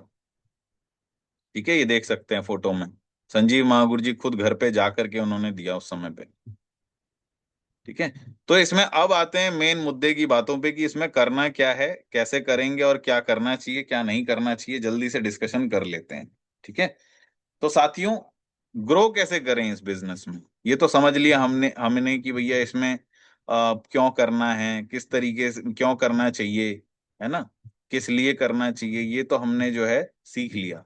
लेकिन हमें बिल्कुल जो है अब ग्रो कैसे करना है वो भी हम थोड़ा सा जान लेते हैं। तो सबसे पहले देखिए, सबसे पहले चाहिए आपका संकल्प, कि भाई मुझे कुछ करना है। जब तक आप संकल्प नहीं करेंगे ना, तब तक कुछ नहीं होने वाला। तो संकल्प आपको करना पड़ेगा कि भैया हाँ, मैं सच में इस ऑर्गेनाइजेशन से, सच में इस ऑर्गेनाइजेशन से मैं कुछ करना चाहती हूँ, बनना चाहता हूँ। ठीक है। तो संकल्प कर लिया आपने, संकल्प करने के बाद आप कैलकुलेशन करने बैठिए कि भैया बंदे कहाँ से आएंगे, किसको ज्वाइन कराऊं, कहाँ से मैं लिस्ट बनाऊं। वो आपको हिसाब किताब करना पड़ेगा, लिखना पड़ेगा, लिस्ट बनानी पड़ेगी। धीरे धीरे आपको एंजल इन्वेस्टर, एंजल ज्वाइनर मिल जाएगा। एंजल इन्वेस्टर या एंजल ज्वाइनर का मतलब क्या होता है? अचानक आए वाले लोग। आप बस टिके रहिए, लगे रहिए, काम को करते रहिए, देखना अचानक कहीं ना कहीं से कोई अच्छा लीडर, कोई अच्छा टीममेट जो है आपकी टीम में आ जाएगा समय के साथ साथ। ठीक है। पहले शुरुआती दौर में लोग आपको मना करेंगे, बहुत कुछ कहेंगे, लेकिन धीरे धीरे धीरे धीरे धीरे धीरे धीरे धीरे जो है आपकी टीम में जो है लोग आ जाएंगे, और कहीं ना कहीं से जो है आपकी टीम में जो है लोग जुड़ने लगेंगे। ठीक है। तो ये होगा, लेकिन आपको घबराना नहीं है, कभी कुछ आएंगे कुछ नहीं आएंगे। ठीक है। और कुछ लोग जो है आपके बातों को इग्नोर करेंगे, कुछ लोग आपके बातों को सीरियसली लेंगे, लेकिन आपको फर्क नहीं पड़ना चाहिए। बहुत लोग हैं जो करेंगे इस काम को, बहुत पेशेंट हैं जिनको इसके प्रोडक्ट की दरकार है, जरूरत है। ठीक है। तो आएंगे, तो आप टिक के काम करिए, बस आप अपने आप को रेडी करिए। जब बीटेक वाला आपको मिलेगा, एमटेक वाला आपको मिलेगा, चार्टर्ड अकाउंटेंट आपको मिलेंगे, लॉयर आपको मिलेगा, तो उसके सामने प्रेजेंटेशन कैसे देंगे आप? ठीक है। तो उस टाइम के लिए रेडी रहिए। कई लोग, कई डॉक्टर्स भी हमारे साथ ज्वाइन करते हैं, कई लॉयर्स भी हमारे साथ ज्वाइन करते हैं, कई डिफेंस वाले, कई पुलिस वाले भी ज्वाइन करते हैं हमारे साथ कभी कभार। तो उस समय के लिए अगर आप रेडी नहीं होंगे, आप अच्छे से उनको कन्विंस नहीं कर पाएंगे, समझा नहीं पाएंगे, तो क्या वो आपके साथ ज्वाइन होंगे? नहीं होंगे। तो उस समय के लिए अपने आप को रेडी करिए। कई लोग अब उस समय के लिए रेडी नहीं होते हैं, इस वजह से अच्छे लोग मिलने पे अच्छे लोग ज्वाइन भी नहीं करते। तो ये दिक्कत है। ठीक है। तो आस्क योर अपलाइन हाउ, कैसे होगा, किस तरीके से होगा, ब्लू प्रिंट बनाइए अपलाइन के साथ बैठ के। अपलाइन के साथ बैठ के जो है हर रैंक पे, हर लेवल पे, अभी थोड़े दिनों पहले मनोजीत सर मुझे मिले थे, उन्होंने बहुत अच्छा सवाल पूछा मेरे से। अभी सोचिए, मनोजीत सर तो सफायर हैं, उनको क्या जरूरत है, टीम तो बनी रही है, लेकिन मनोजीत सर ने फिर भी मेरे से पूछा कि सर मैं स्टार सफायर कैसे बनूं, किस तरीके से बनूं। फिर मैंने उनको कैलकुलेट करके दिया कि सर इस स्पीड से आप करेंगे तो ये 8 महीने में बनेंगे, इस स्पीड से आप करेंगे तो 2 साल में बनेंगे, इस स्पीड से काम करेंगे तो 1 साल में बनेंगे, इस स्पीड से काम करेंगे तो आप 6 महीने में बनेंगे। ये चीजें आपको करनी पड़ेंगी, नहीं तो काज जवन चलছে चलते दाओ, काज ना चलছে तो वो ठीक, काज चलছে तो वो ठीक, है ना। जैसा चल रहा है चलने दो, काम हो रहा है तो भी ठीक है, नहीं है तो भी ठीक है। भाई आपको पता होना चाहिए ना आपका रैंक कब होने वाला है। जैसे मुझे मालूम है, आई एम कॉन्फिडेंट कि मेरा रैंक जो है दिसंबर के 15 तारीख के अंदर अंदर मैं क्लोज कर दूंगा, 15 से 20 के अंदर मैं क्लोज कर दूंगा ब्लू डायमंड। ये मैं कॉन्फिडेंट हूँ। ज्यादा से ज्यादा होगा 1 जनवरी का सूरज उगेगा 2026 का, मैं ब्लू डायमंड मिलूंगा आपको, आप देख लेना। आप नोट कर लो, आज का डेट और टाइम नोट कर लो, लिख के रखो एक जगह पे, कोई ना कोई लिख के रखो, और मेरे को बताना कि ऋषि सर आपने उस दिन जो है जूम मीटिंग पे 2 सितंबर को रात को 10:18 पे आपने कहा था कि 2026 का सूरज उगेगा 1 तारीख का, और आप ब्लू डायमंड मिलोगे। और आज 1 तारीख है और आज आप ब्लू डायमंड नहीं हो। क्या करना है कर लो, देख लो सर आप, बोल देना मेरे को आप, उस दिन बोल देना, आज का दिन याद दिला के, है ना। क्या होगा, ज्यादा से ज्यादा मैं आपको सॉरी बोल दूंगा, और क्या कर लोगे, 15 दिन में फिर बन जाऊंगा मैं ब्लू डायमंड। कर तो वैसे ही नहीं सकते है ना, बनना तो है ही है। लेकिन फिर भी जुबान है तो जुबान है भाई, खुद से चैलेंज है। मैं बोल रहा हूँ कैलकुलेशन, एक बेसिक कैलकुलेशन आपको पता होना चाहिए कि जो लोग आपको चाहिए उसको डिवाइड कर दो 4 महीनों में या 3 महीने में, जब आपको बनना है। तो ये कैलकुलेशन आपको करना है, ठीक है। Ask your upline how, her rank पे अपने अपलाइन के साथ बैठ जाओ कि सर मेरे को ये रैंक अचीव करना है, कैसे होगा बताओ। आप खोपड़ी खा लो अरुणिमा मैम का, मनोजीत सर का, निमेश सर का, अमर सर का, उनको पूछो कि सर मेरे को रैंक हासिल करना है, कैसे होगा। जिसको नहीं समझ में आता, आप मेरा खोपड़ी खा लो, मेरे को पूछ लो कि भाई क्या करना है, कैसे करना है। और एक ही नियम पे अडिग रहिए, डटे रहिए, कोई अपलाइन आपको डायमंड नहीं बना सकता है, कोई रूहानी शक्ति, भगवान आपको डायमंड नहीं बना सकते हैं। डायमंड आपको खुद आप ही बना सकते हो, वो भी तब जब आप ज्यादा से ज्यादा प्लान शो करोगे तब। ना भगवान आपको बनाएंगे, ना कोई आपको बनाएगा, ना अपलाइन आपको बनाएगा। अपलाइन आपको गाइड कर सकता है, अपलाइन आपको थोड़ा बहुत सपोर्ट कर सकता है, कभी बंदे देगा, कभी नहीं भी देगा, कभी कुछ करेगा, कभी नहीं भी करेगा, कर भी सकता है, नहीं भी, कोई गारंटी नहीं है। लेकिन आप सबसे पहले डिजर्वेबल बनिए। आप अपने खुद से पूछिए कि क्या आपकी हरकतें डायमंड बनने लायक है, क्या आपकी मेहनत डायमंड बनने लायक है, क्या आपका सोच विचार डायमंड बनने लायक है, क्या आपका थॉट प्रोसेस डायमंड बनने लायक है, क्या आप जो अमीर व्यक्ति बनने जा रहे हैं या बनना चाहते हैं, क्या उस हिसाब से आप सोचते हैं, क्या आप हमेशा प्रोग्रेस के लिए तड़पते हैं, क्या हर वक्त आपके मन में कोई कौतूहल चलती रहती है कि यार ये नहीं हुआ, यार ये नहीं हुआ, यार वो नहीं हो रहा है, यार ये नहीं हो रहा है, यार ये कैसे करूं, यार गाड़ी नहीं आ रही है, यार बंगला नहीं आ रहा है, यार घर नहीं बना पा रहा, यार यार 2 लाख रुपए क्यों नहीं है मेरे पास, यार यार ये क्यों नहीं हो रहा है, वो क्यों नहीं हो रहा है, हर वक्त ये छटपटाहट है। अगर इसका आंसर यस है तो आप अगले करोड़पति आप बनने वाले हो। अगर इसका आंसर नहीं है तो आप कुछ नहीं करने वाले हो, you are still in a comfort zone. अगर आपके मन में हर वक्त कौतूहल रहता है, बेचैनी रहती है अमीर बनने की, लाइफ में आगे बढ़ने की, प्रोग्रेस करने की, आप एक दिन बहुत बड़े व्यक्ति बनोगे। चाहे एडब्ल्यूपीएल आपके साथ हो या ना हो, कैसे ना कैसे करके बनोगे आप, कहीं ना कहीं से बन जाओगे। ये गारंटेड है, ये लॉ ऑफ अट्रैक्शन का नियम है, कुछ ना कुछ आपके लाइफ में आ जाएगा। लेकिन अगर आपके मन में हर वक्त कौतूहल नहीं रहता है तो इसका मतलब कुछ भी नहीं होने वाला, वो चाहे आप एडब्ल्यूपीएल में हो ना हो, कुछ नहीं फर्क पड़ने वाला, क्योंकि आप कंफर्ट जोन में हो। तो मन के अंदर एक हमेशा कौतूहल चलना चाहिए कि मुझे प्रोग्रेस कैसे चाहिए, प्रोग्रेस कैसे मिलेगी। वही चीज जो आपको सफल बनाती है, ठीक है। तो ज्यादा से ज्यादा आपको प्लान शो करना पड़ेगा साथ ही, ठीक है। तो डेली रूटीन कैसा होना चाहिए, डेली रूटीन में आपकी सस्पेक्टिंग होनी चाहिए, प्रोस्पेक्टिंग से पहले सस्पेक्टिंग आती है। सस्पेक्टिंग का मतलब होता है कि जो आपका बंदा है वो प्लान सुनने लायक है भी कि नहीं, वो कर पाएगा कि नहीं, ठीक है। तो फिर आप कहीं रिक्शे वाला, ठेल वाला किसी को आपने पकड़ा दिया, तो वो कैसे लीड करेगा बताओ, ठीक है। तो आपको सस्पेक्टिंग जरूरी है, जो करने लायक हो, जो कम से कम 8वीं 9वीं पढ़ा हुआ हो, पास हो, जो 8-10 हजार 20 हजार जो है खर्च कर सके प्रोडक्ट खरीदने में, कम से कम ऐसे लोगों को आपको प्लान देना है। और जो खास करके जो मेंटल ना हो, ठीक है। पता चला वो खुद अगला पागल है, और फिर वो एडब्ल्यूपीएल में तो आके वैसे ही लोग पागल हो जाते हैं। अब अगला पागल है, यहाँ के और पागल हो गया, दो पागल मिलके खत्म, ठीक है। तो ध्यान रखना है इन सब चीजों को, किसी मेंटल को ज्वाइन नहीं कराना है, ठीक है। और जो बिल्कुल हद पार ड्रिंकर है बिल्कुल, उसको भी ज्वाइन नहीं कराना है, क्योंकि वो प्रोडक्ट सही से नहीं पिएगा, ठीक है।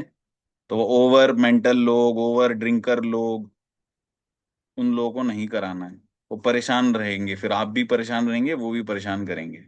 सस्पेक्टिंग अच्छे से करो, प्रोस्पेक्टिंग करो, लोगों की लिस्ट बनाओ, इनवाइट करो तरीके से, अच्छे से प्लान शो करो लोगों को, फॉलो अप करो लोगों की, पेशेंट है तो पेशेंट रिलेटेड फॉलो अप होगा, कंपनी में काम करना चाहता है तो उस रिलेटेड फॉलो अप होगा, और फर्स्ट इंफॉर्मेशन मीटिंग, FIM पे तो बिल्कुल आपको जोर देना है। ठीक है, प्रोडक्ट किसी ने लिए, पैसे लिए और उस पैसे लेने के बाद आप मिलने ही नहीं गए, ऐसा नहीं करना है। आपने प्रोडक्ट दिया, प्रोडक्ट देने के बाद आपको जरूर एक दफा मिलने जाना है, एक दो दफा मिलने जाना है, बातचीत करना है। इससे उनको अच्छा लगता है और भरोसा बढ़ता है। ठीक है। उसके बाद जो लोगों के पास Facebook, WhatsApp, Instagram, Messenger, LinkedIn ये सब है,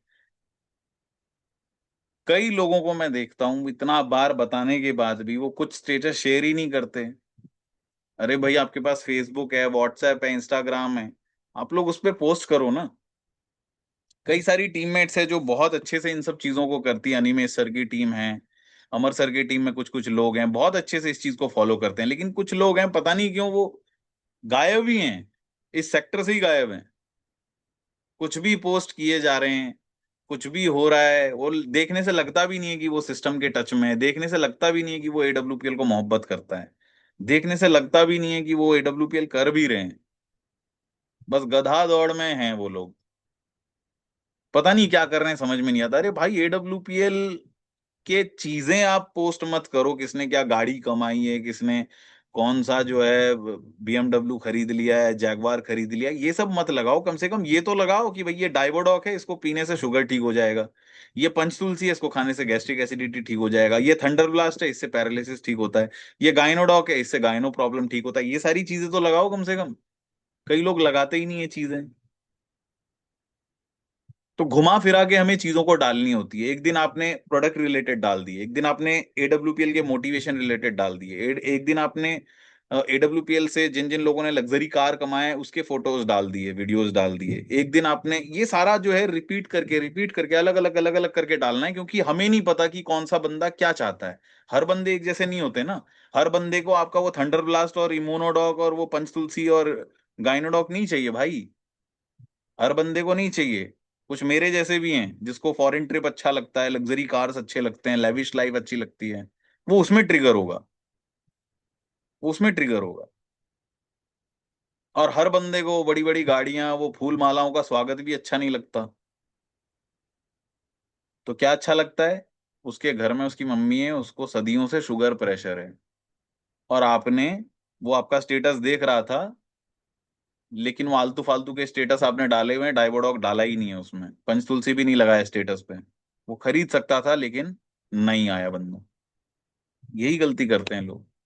तो hats off to Amar sir की टीम में कुछ लोग हैं, thanks to all of them, and Animesh sir की टीम तो boss great, you all are doing very nice. ठीक है। गोविंद सर ने तो, सुमित गोविंद सर को तो और भी सैल्यूट है बॉस, उन्होंने तो गूगल फॉर्म तक बना दिया है उसका। बढ़िया है सर, ग्रेट। तो इतने अच्छे अच्छे लीडर्स हैं अनिमेश सर की टीम में, अमर सर की टीम में, जो इतने अच्छे से चीजों को पोस्ट करते हैं। और भी कई लोग हैं जो स्टेटस पे रखते हैं, सबका नाम तो मैं ले नहीं सकता, याद नहीं रहता। कितना अच्छे से वो चीजों को पोस्ट करते हैं, बकायदा अपना चैनल बनाते हैं, चैनल बना के अपनी चीजों को डालते हैं। कुछ लोग डायरेक्ट भी डालते हैं, कुछ लोग मेरे वीडियोस को भी डालते हैं। तो प्रोडक्ट रिलेटेड वीडियोस डालो, कार रिलेटेड वीडियो डालो, मोटिवेशन रिलेटेड डालो, लेकिन कुछ कुछ भी डालो जो आपसे बंदा पूछे कि सर मुझे प्रोडक्ट चाहिए, सर मुझे ज्वाइन करना है, सर ये काम क्या है। कुछ भी ऐसा डालो जहां पे बंदा आपसे क्वेश्चन करेगी ये क्या है, मुझे बताओ। ठीक है। तो ये चीज है। गणपति बाप्पा और भोलेनाथ जी, चलो उस टॉपिक पे नहीं जाते हैं, नहीं तो फिर टाइम हो जाएगा। चलो बोल ही देता हूँ। गणपति बाप्पा जी, भोलेनाथ जी, दुर्गा माता जी, हाँ, जीसस के वर्डिंग्स, जीसस के phrases, praise the Lord, Telugu में, तमिल में, इंग्लिश में, मुझे भी अच्छे लगते हैं, यकीन मानिए। धर्म हीरू मैं भी हूं। लेकिन भाई मेरे, उससे वो बिजनेस का डिमांड कंप्लीट नहीं हो रहा है। भगवान को याद करो दिन में 3 4 बार, लेकिन खुद घर पे याद कर लो उनको। बिजनेस की डिमांड जो है वो अलग है ना।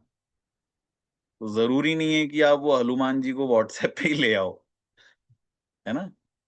कभी कभार इतना अजीब सिचुएशन बन जाता है, स्टेटस पे लगा के रखा है हनुमान जी और भोले बाबा और अल्लाह ताला और जीसस को, इधर चैटिंग कर रहे होते हैं गर्लफ्रेंड से, इधर उधर की बातें। आप सोचिए, वहां भगवान जी अल्लाह ताला भी बोलते हैं भाई रहम करो। ऐसा हो जाता है कई बार। एक बंदा है, मैं उसका नाम नहीं लूंगा, वो दिन भर शेयर करता रहता है जीसस की बातें। जीसस जीसस हर जगह, लेफ्ट राइट आगे पीछे हर जगह जीसस के फ्रेजेस, बाइबल के फ्रेजेस, हर जगह जॉन लूका मैथ्यू के सब चैप्टर उन्होंने डाल दिए हैं स्टेटस पे। पर बंदा एक बार भी बाज नहीं आता है 10-15 लड़कियों से बात करने में लगा हुआ है। तो फिर वो जीसस भी परेशान है उनसे, है ना? आप सोचिए। तो उसके उससे जगह उसका बेटर है भाई, अपना पंच तुलसी अपना इम्यूनोडॉग यूज करो ना, वो डालो। तो ये सारी चीजें समझना है, लोग इधर उधर की कई सारी चीजें डालते हैं, पर वो जो जो चीज उसके बिजनेस की डिमांड है वही शेयर नहीं करते हैं। अरे नहीं आ रहा है, नहीं आ रहा है, कोई बात नहीं, आप कंसिस्टेंसी तो रखो, कंटिन्यूटी तो रखो। एक 22 साल का एक एमएलएम का लीडर है, कृष्णा अरोड़ा, जिसने रॉल्स रॉयस खरीदी है। उनकी मुझे एक बात याद आती है कि be consistent always, B continuous always. आपके स्टेटस कोई देखेगा नहीं, आपके स्टेटस को पहली बार देख के कोई भाव नहीं देगा, आपके स्टेटस को देख के कोई कुछ लिखेगा नहीं। लेकिन क्या फर्क पड़ता है, आप दबा के पोस्ट करो फेसबुक में, दबा के चीजें पोस्ट करो व्हाट्सएप में, दबा के चीजें डालते रहो डालते रहो डालते रहो डालते रहो डालते रहो। द डे विल कम जब कोई एमटेक बीटेक वाला आपका पोस्ट देखेगा और वो ज्वाइन कर लेगा। द डे विल कम जब कोई नेटवर्कर आपका पोस्ट देखेगा, ज्वाइन कर लेगा, आपकी लाइफ बन जाएगी। आप यकीन नहीं मानोगे, कुछ दिनों पहले मैंने ये मेरे मदर का एक शुगर का रिजल्ट अपने स्टेटस पे डाला, और पंच तुलसी का मैंने एक वीडियो डाला, और कुछ कुछ वीडियोस डाले प्रोडक्ट रिलेटेड। कोलकाता से 2-3 ऑर्डर आ गए मेरे पास। आप सोचिए, उसको मिला था मैं 4 साल पहले 5 साल पहले, वो बंदा बोल रहा है सर मुझे मोटा होना है, मोटा होने का दवाई दीजिए, मोटा होने का औषधि दीजिए। आप सोचिए, उसको मैं उस बंदे को मिला था 4 साल पहले। वो भी वो मेरा दोस्त वोस्त कुछ नहीं है, वो ऐसे ही मिला था एक जगह पे। उसका नंबर मैंने लिख के सेव कर लिया था। उसने मेरा स्टेटस देखा, उसको लगा कि भाई ये प्रोडक्ट्स तो बहुत अच्छे हैं। वो डेली देख रहा था, डेली देख रहा था, डेली देख रहा था, और एक दिन उससे रहा नहीं गया, उसने बोल ही दिया कि सर मोटा होने के लिए क्या करना पड़ेगा। मैंने कहा खाओ भैया मास डॉग। आ गया ना ऑर्डर। तो अगर मैं नहीं लगाया होता तो ऑर्डर आता मेरे पास? नहीं आता। तो आपको टेंशन नहीं लेना है, कई लोग मैसेज नहीं करेंगे, कई लोग आपको रिक्वेस्ट नहीं भेजेंगे, कई लोग नहीं लेंगे, लेकिन क्या फर्क पड़ता है, सब कॉन्शियस माइंड में तो आप चल रहे हो ना हमेशा। सब कॉन्शियस माइंड में ही बने रहना है। सब कॉन्शियस माइंड से भी ज्वाइनिंग्स आती हैं।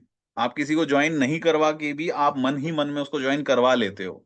ये जो आप फेसबुक में पोस्ट कर रहे हो, ये जो व्हाट्सएप में आप पोस्ट कर रहे हो ना लगातार लगातार, ये आप तैयारी कर रहे हो उस बंदे को लाने की। वो बंदा आपको देख रहा है, वो बंदा सोच रहा है, इन चीजों को देख रहा है, फॉलो कर रहा है। एक ना एक दिन वो ज्वाइन हो जाएगा। उसके माथे में आपने वो बीज गाड़ दिया है AWPL का, वो अंकुरित कभी भी हो सकता है। सिंपल है। तो इस चीज को ध्यान में रखते हुए आप चीजों को पोस्ट करिए। और फिर वो दुनिया भर की चीजें उल्टी फुल्टी वो सब मत लगाइए, लगाइए पर्सनल एक दो चीजें लगाइए। ऐसे भी नहीं है कि भैया आप एकदम जो है सांसारिक मोह माया से उड़ जाओ और सिर्फ AWPL में ही घुसे रहो, ऐसा भी नहीं है। अपने बेटा बेटी उनकी फोटो डालिए, कभी भगवान की भी फोटो डाल लो, कभी कुछ कृष्णवाणी डाल लो, कभी कुछ डाल लो। लेकिन पूरा वो मोनोटोनस होके मत रहो कि भैया डेली कुछ ना कुछ वो डाल रहे हो पर्सनल फोटोज। ठीक है। तो सोशल मीडिया जो है एक प्लेटफॉर्म है जो कि डिजिटल शॉप की तरह काम करता है। So don't post any casual things online, always post something by which, जिससे कि पीपल जो है इंप्रेस हो, और लोग जो है इंप्रेस होके या आपसे इंस्पायर होके चीजें पूछें। और keep on liking and commenting on people post, लोगों के पोस्ट पे हमेशा लाइक करें, कुछ ना कुछ कमेंट डालें। ठीक है। वो भी आपका फोटो देख रहा है निकल के, आप भी उसके फोटोज वीडियोस देख रहे हो निकल रहे हो, नहीं, ऐसा नहीं करना है। आप जो भी देख रहे हो उस पर लाइक कर दो, कुछ कमेंट कर दो, लाइक कर दो कमेंट कर दो, वहीं से ही तो बातचीत का सिलसिला चालू होगा ना कभी। आप भी उसके पोस्ट को लाइक कर रहे हो, वो भी आपके पोस्ट को लाइक करेगा, कभी ना कभी तो करेगा। फिलहाल वो आपसे चिढ़ता हो, फिलहाल SLPS से चिढ़ता हो, उसके प्रोडक्ट से चिढ़ता हो, लेकिन आप जब डेली उसके अच्छे अच्छे फोटो पे पोस्ट करेंगे, कमेंट करेंगे, नाइस बोल के लिखेंगे, तो वो भी एक ना एक दिन करेगा। ठीक है। तो ये चीज आपको करना है, be humble and polite while chatting with others. हमेशा हम्बल रहें, पोलाइट रहें, स्माइल वगैरह के इमोटिकॉन्स भेजें, इमोजीज भेजें।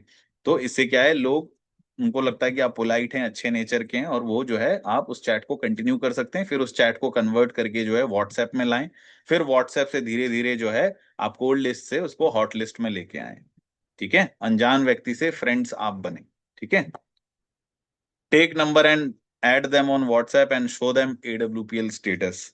आप लोगों को अपना दोस्त बनाएं, मित्र बनाएं, आप उनके अच्छे मित्र बने, कोल्ड लिस्ट से उनको हॉट लिस्ट में कन्वर्ट करें, लेकिन कभी प्रेशर नहीं करें उनको प्रोडक्ट खरीदने के लिए या खरीदवाने के लिए या ज्वाइनिंग के लिए, कभी प्रेशर नहीं करना है। शुरुआती 1-2 महीने उनको सिर्फ स्टेटस दिखाइए, स्टेटस दिखाइए, स्टेटस दिखाइए, फेसबुक का स्टोरी लाइन दिखवाइए और व्हाट्सएप का स्टेटस दिखाते रहिए, ये डाइवोडॉक है, ये थंडर ब्लास्ट है, ये ऋषि सर का पंचतुलसी का वीडियो डेमो, ये ऋषि सर के मम्मी जी का डाइवोडॉक का डेमो ले लो, ये देखो, ये सारा चीज दिखाओ उनको, दिखाते रहो, तब धीरे धीरे धीरे धीरे वो कन्वर्ट हो जाएंगे। ठीक है, post always related to travelling, fooding, group picture और शॉपिंग, ये सारी चीजें से भी लोग जो हैं इंस्पायर होते हैं, इम्प्रेस होते हैं, तो ये सारी चीजें भी डाल सकते हैं। अगर आप ट्रैवल कर रहे हो, कोई नई जगह गए हो, फोटो डालो। अगर आप कोई अच्छे रेस्टोरेंट में खाना खाने गए हो, उसका फोटो डाल सकते हो। ये सारी चीजें जो है अट्रैक्ट करती हैं लोगों को, ये सारी चीजें आप कर सकते हो। ठीक है, तो फिर वो एआई वाला मत बनाने लगना, पता चला वो एआई बना के आप वो, अब झींगा मच्छी और वो क्या कहते हैं, वो प्रॉन, और वो क्या था वो, क्या कहते हैं उसको, क्या बोल रहे थे आप, वो क्या था वो, लॉबस्टर। हाँ, लॉबस्टर। एआई से बनाया हुआ लॉबस्टर बना के आप फिर वो इमेज बना के आप खाते हुए दिख रहे हो, वो नहीं करना है आपको। ठीक है, तो MLM कल्चर क्या है ये भी आपको समझना है। Respect your upline and downline, हमेशा आपके अपलाइन और डाउनलाइन की रेस्पेक्ट करें। तुम ताम तू करके बात नहीं करना है, हमेशा आप करके बात करना है। ठीक है, आपके डाउनलाइन या अपलाइन कभी कभार तुम ताम तू यूज कर रहे हैं तो करने दो, लेकिन आप हमेशा आप वर्ड का यूज करो, क्योंकि जहां से आप शुरू होते हो वहां से आपकी टीम शुरू होती है, तो आपको हमेशा आप वर्ड का ही प्रयोग करना है। ठीक है, कभी कभार अपलाइन प्यार से या आपको दोस्त मानता है तो तुम ताम बोल सकता है। ठीक है, लेकिन आपको हमेशा आप ही बोलना है, हमेशा। ठीक है, अपलाइन थोड़ा क्लोज होने के लिए कभी कभार वर्ड्स का इस्तेमाल करते हैं, बट कोई दिक्कत नहीं है। ठीक है, ज्यादातर आप सभी को जो है आप वर्ड का इस्तेमाल करना है, तुम ताम तू ये सब नहीं करना है यूज, है ना। Clap and voice should be loud, आपकी जो है तालियां और आवाज जो है हमेशा बुलंद होनी चाहिए। जब सिचुएशन आता है, टाइम आता है, तो हमेशा जब ताली बजाने का मौका आता है तो जोरदार तालियां बजाना है आपको जो है। जब भी आप कहीं पे बात कर रहे हैं तो आपका जो वॉइस का टोनालिटी है मोनोटोनस नहीं होना चाहिए। जहां पे ज्यादा लगेगा स्ट्रेस, आपको ज्यादा जोर से बोलना है। जहां पे स्लो लगता है वहां पे स्लो बोलना है, एकदम जो है लय धुन ताल के साथ आपको जो है चीजों को बोलना है। नमस्कार सर, मेरा नाम सप्तऋषि दास, आज के इस हेल्थ अवेयरनेस सेशन में आपका हार्दिक हार्दिक अभिनंदन और स्वागत करता हूं। इस तरीके से, साथियों, हमारे बीच में एक सर थे जिनकी डेथ हो गई। नहीं, यहाँ पे ऐसे जोर से नहीं। साथियों, हमारे बीच में एक सर थे, गणपत मीना सर, जो एक सड़क दुर्घटना में उनकी जो है मृत्यु हो गई साथियों। और रिसेंटली वो ब्लू डायमंड बने थे, और ब्लू डायमंड बनने के बाद उनकी डेथ हुई। और ठीक 7 दिन के अंदर अंदर उनको पहले 22 लाख रुपए मिले थे, फिर से 22 लाख रुपए कंपनी ने दोबारा शूट किए। ये होती है टोनालिटी, कहाँ ज्यादा तेज बोलना है, कहाँ कम बोलना है, इसी को कहते हैं लय धुन ताल। इसमें महारत हासिल कर लेंगे, लोग मुरीद हो जाएंगे आपके। तो कई लोग मोनोटोनस में रहते हैं तो फिर वो नहीं मजा आता है। तो कहीं पे तेज बोलना है, कहीं पे धीरे बोलना है, कहीं पे लाउड बोलना है, कहीं पे स्लो बोलना है, कहीं पे आपको धुन यूज करना है, कहीं पे नॉर्मल स्ट्रिक्ट होके बात करना है, कहीं पे गिगलिंग करना है, हंसाना भी है लोगों को, थोड़ा सा पंच भी मारना है, फिर सीरियस भी करना है, ये चीजें हैं। ठीक है, तो ये सारी चीजें आपको जो है सीख लेना है समय समय पे। लीडरशिप स्किल्स, स्टेज स्किल्स कहते हैं इसको। ठीक है, कम्युनिकेशन स्किल्स कह लो। ठीक है, सो maintain the decorum in Facebook and WhatsApp. ठीक है, तो और रिंगटोन भी, तो ये चीज तो हम सिखा सिखा के थक जाते हैं लोगों को, लेकिन लोग जो हैं अभी क्या बोले, कुछ लोग करते हैं, कुछ लोग नहीं करते हैं। ठीक है, तो maintain the decorum in Facebook का मतलब होता है कि कुछ भी ऐसी चीजें पोस्ट ना करें जो बिल्कुल कैजुअल हो आपके अपलाइन के लिए और टीम के लिए, क्योंकि टीम भी देख रही है। देखिए, डायरेक्ट सेलिंग में आने के बाद ना आपकी लाइफ और आपकी नहीं रहती है, पब्लिक के लिए हो जाती है, पब्लिक की लाइफ होती है ये। ठीक है, अब आपको लोग देख रहे हैं, आपके फ्रेंड आपको देख रहे हैं, आपका अपलाइन आपको देख रहा है, और सबसे इंपॉर्टेंट आपकी डाउनलाइन आपको देख रही है। तो आप राउंड नेक टी शर्ट में अगर आप वीडियो बनाएंगे, देखेंगे, डालेंगे, तो आप एक डायमंड लीडर हो, आप एक सफायर लीडर हो। आप एक स्टार सप्लायर लीडर हो तो ये गलत छवि जाता है। ठीक है, हमेशा फेसबुक और व्हाट्सएप में कुछ भी चीज पोस्ट कर रहे हो ना तो बिल्कुल टॉप नॉच वाली होनी चाहिए, एकदम सूटेड बूटेड वाली। आज के बाद जो भी चीज आप पोस्ट कर रहे हो बहुत देख के, डबल बार, तीन बार, चार बार देख के, सोच के डालिए। ऐसा नहीं कि कुछ भी फोटो डाला और पोस्ट कर दिया। कुछ लोगों को मैंने देखा है, जो लोग हमारे यहाँ पे टीम में, पहले की बात बता रहा हूँ, आज से 2-3 साल पहले की, एक ग्रुप था। अभी तो वो ग्रुप ही डेड हो गया है, यही सब करने की वजह से। तो वो लोग किसी सी बीच पे पिकनिक मनाने गए, तो राउंड नेक टी शर्ट में बैठे हैं, और हाथों में जो है लिया हुआ है प्लास्टिक का ग्लास, उसमें अलग अलग टाइप के जो है सोमरस भरे हुए हैं, और वो पी भी रहे हैं, उसका फोटो भी लिया हुआ है, पोस्ट भी किया हुआ है। तो टीम में क्या इमेज जाएगा बताइए? टीम में यही इमेज जाएगा कि ये लोग सब पियक्कड़ हैं। हम लोगों को तो सेशन में आके बहुत बड़ी बड़ी फेंकते हैं कि भैया ये पीना नहीं है, वो पीना नहीं है, और खुद ही ड्रिंक कर रहे हैं, है ना? ऐसी भी गलतियां हो जाती हैं लोगों से। तो भाई, अगर किसी को ड्रिंक करना है या कोई ओकेजनली ड्रिंक करे, ड्रिंक करना कोई गलत नहीं है। अगर आप ओकेजनली पीते हैं दैट इज ठीक है, चलो फाइन है। किसी चीज का मापदंड तो है नहीं, क्या गलत है क्या सही है, वो उसके लिए सही है, हमारे लिए गलत है। जो चीज हमारे लिए सही है वो उसके लिए गलत है। इसका तो कोई मापदंड नहीं है, क्योंकि भारत सरकार ने टैक्सेस भी इसी के ऊपर ज्यादा लगाया हुआ है। रेवेन्यू भी इसी से जनरेट होता है ना। तो बात ये है कि आप अकेले में करिए, खुद सा करिए, लेकिन आप पोस्ट मत करिए उसको इतना। आप पोस्ट करेंगे टीम टूट जाएगी, और ऐसा हुआ अभी, टीम टूटा, टीम गायब हो गई, सारी की सारी टीम गायब है। तो ये डेकोरम हमको मेंटेन करना है। जो भी आप पोस्ट कर रहे हो वो सोबर हो, अच्छी हो, सोफेस्टिकेटेड हो, देखने लायक हो, और कुछ भी ऐसा पोस्ट करिए जिससे लोग पूछें कि सर क्या काम करते हो, मुझे भी बताओ ना, what you are doing nowadays, let me know once. ऐसे करके लोग पूछें आपसे। ऐसे नहीं कि राउंड नेक टी शर्ट में आप लाइव करने लग गए, राउंड नेक टी शर्ट में आपने कुछ भी पोस्ट कर दिया, वैसे नहीं, कुछ नहीं। तो वो ध्यान रखना है आप लोगों को। ठीक है, ये होता है डेकोरम। और रिंगटोन भी अच्छा रखें। जो फोन में बजने वाला जो रिंगटोन है वो भी कोई मैजिक मस्ती मूवी मसाला का मत रखें, नॉर्मल न्यूट्रल रखें। ठीक है, एक होता है डायलर टोन, एक होता है रिंगटोन। रिंगटोन भी अच्छा रखें, डायलर टोन भी मोटिवेशनल कोई टोन रख सकते हैं, या कोई भजन संगीत या कुछ रख सकते हैं आप। या कुछ ना भी रखें तो चले, रिंगिंग मोड पे रख दो। कई लोग वो गाना लगा के रखते हैं अलग अलग सा, तो वो थोड़ा सा वियर्ड साउंड करता है। आप किसी पेशेंट के सामने बैठे हो और आपके फोन में कोई किसी मूवी का गाना बजा, तो वो अजीब लगता है। पेशेंट सोचता है यार ये तो मेरे को देखने आया है, और इसके फोन में तो वो अलग गाने बज रहे हैं, तो वो एक इमेज खराब होता है। वो पेशेंट भरोसा नहीं करता है फिर आपकी बातों पर। ठीक है, वेलकम करिए हमेशा। अपलाइन जब भी आते हैं तो अपलाइन की वेलकमिंग आप लोग करिए, कोशिश करिए।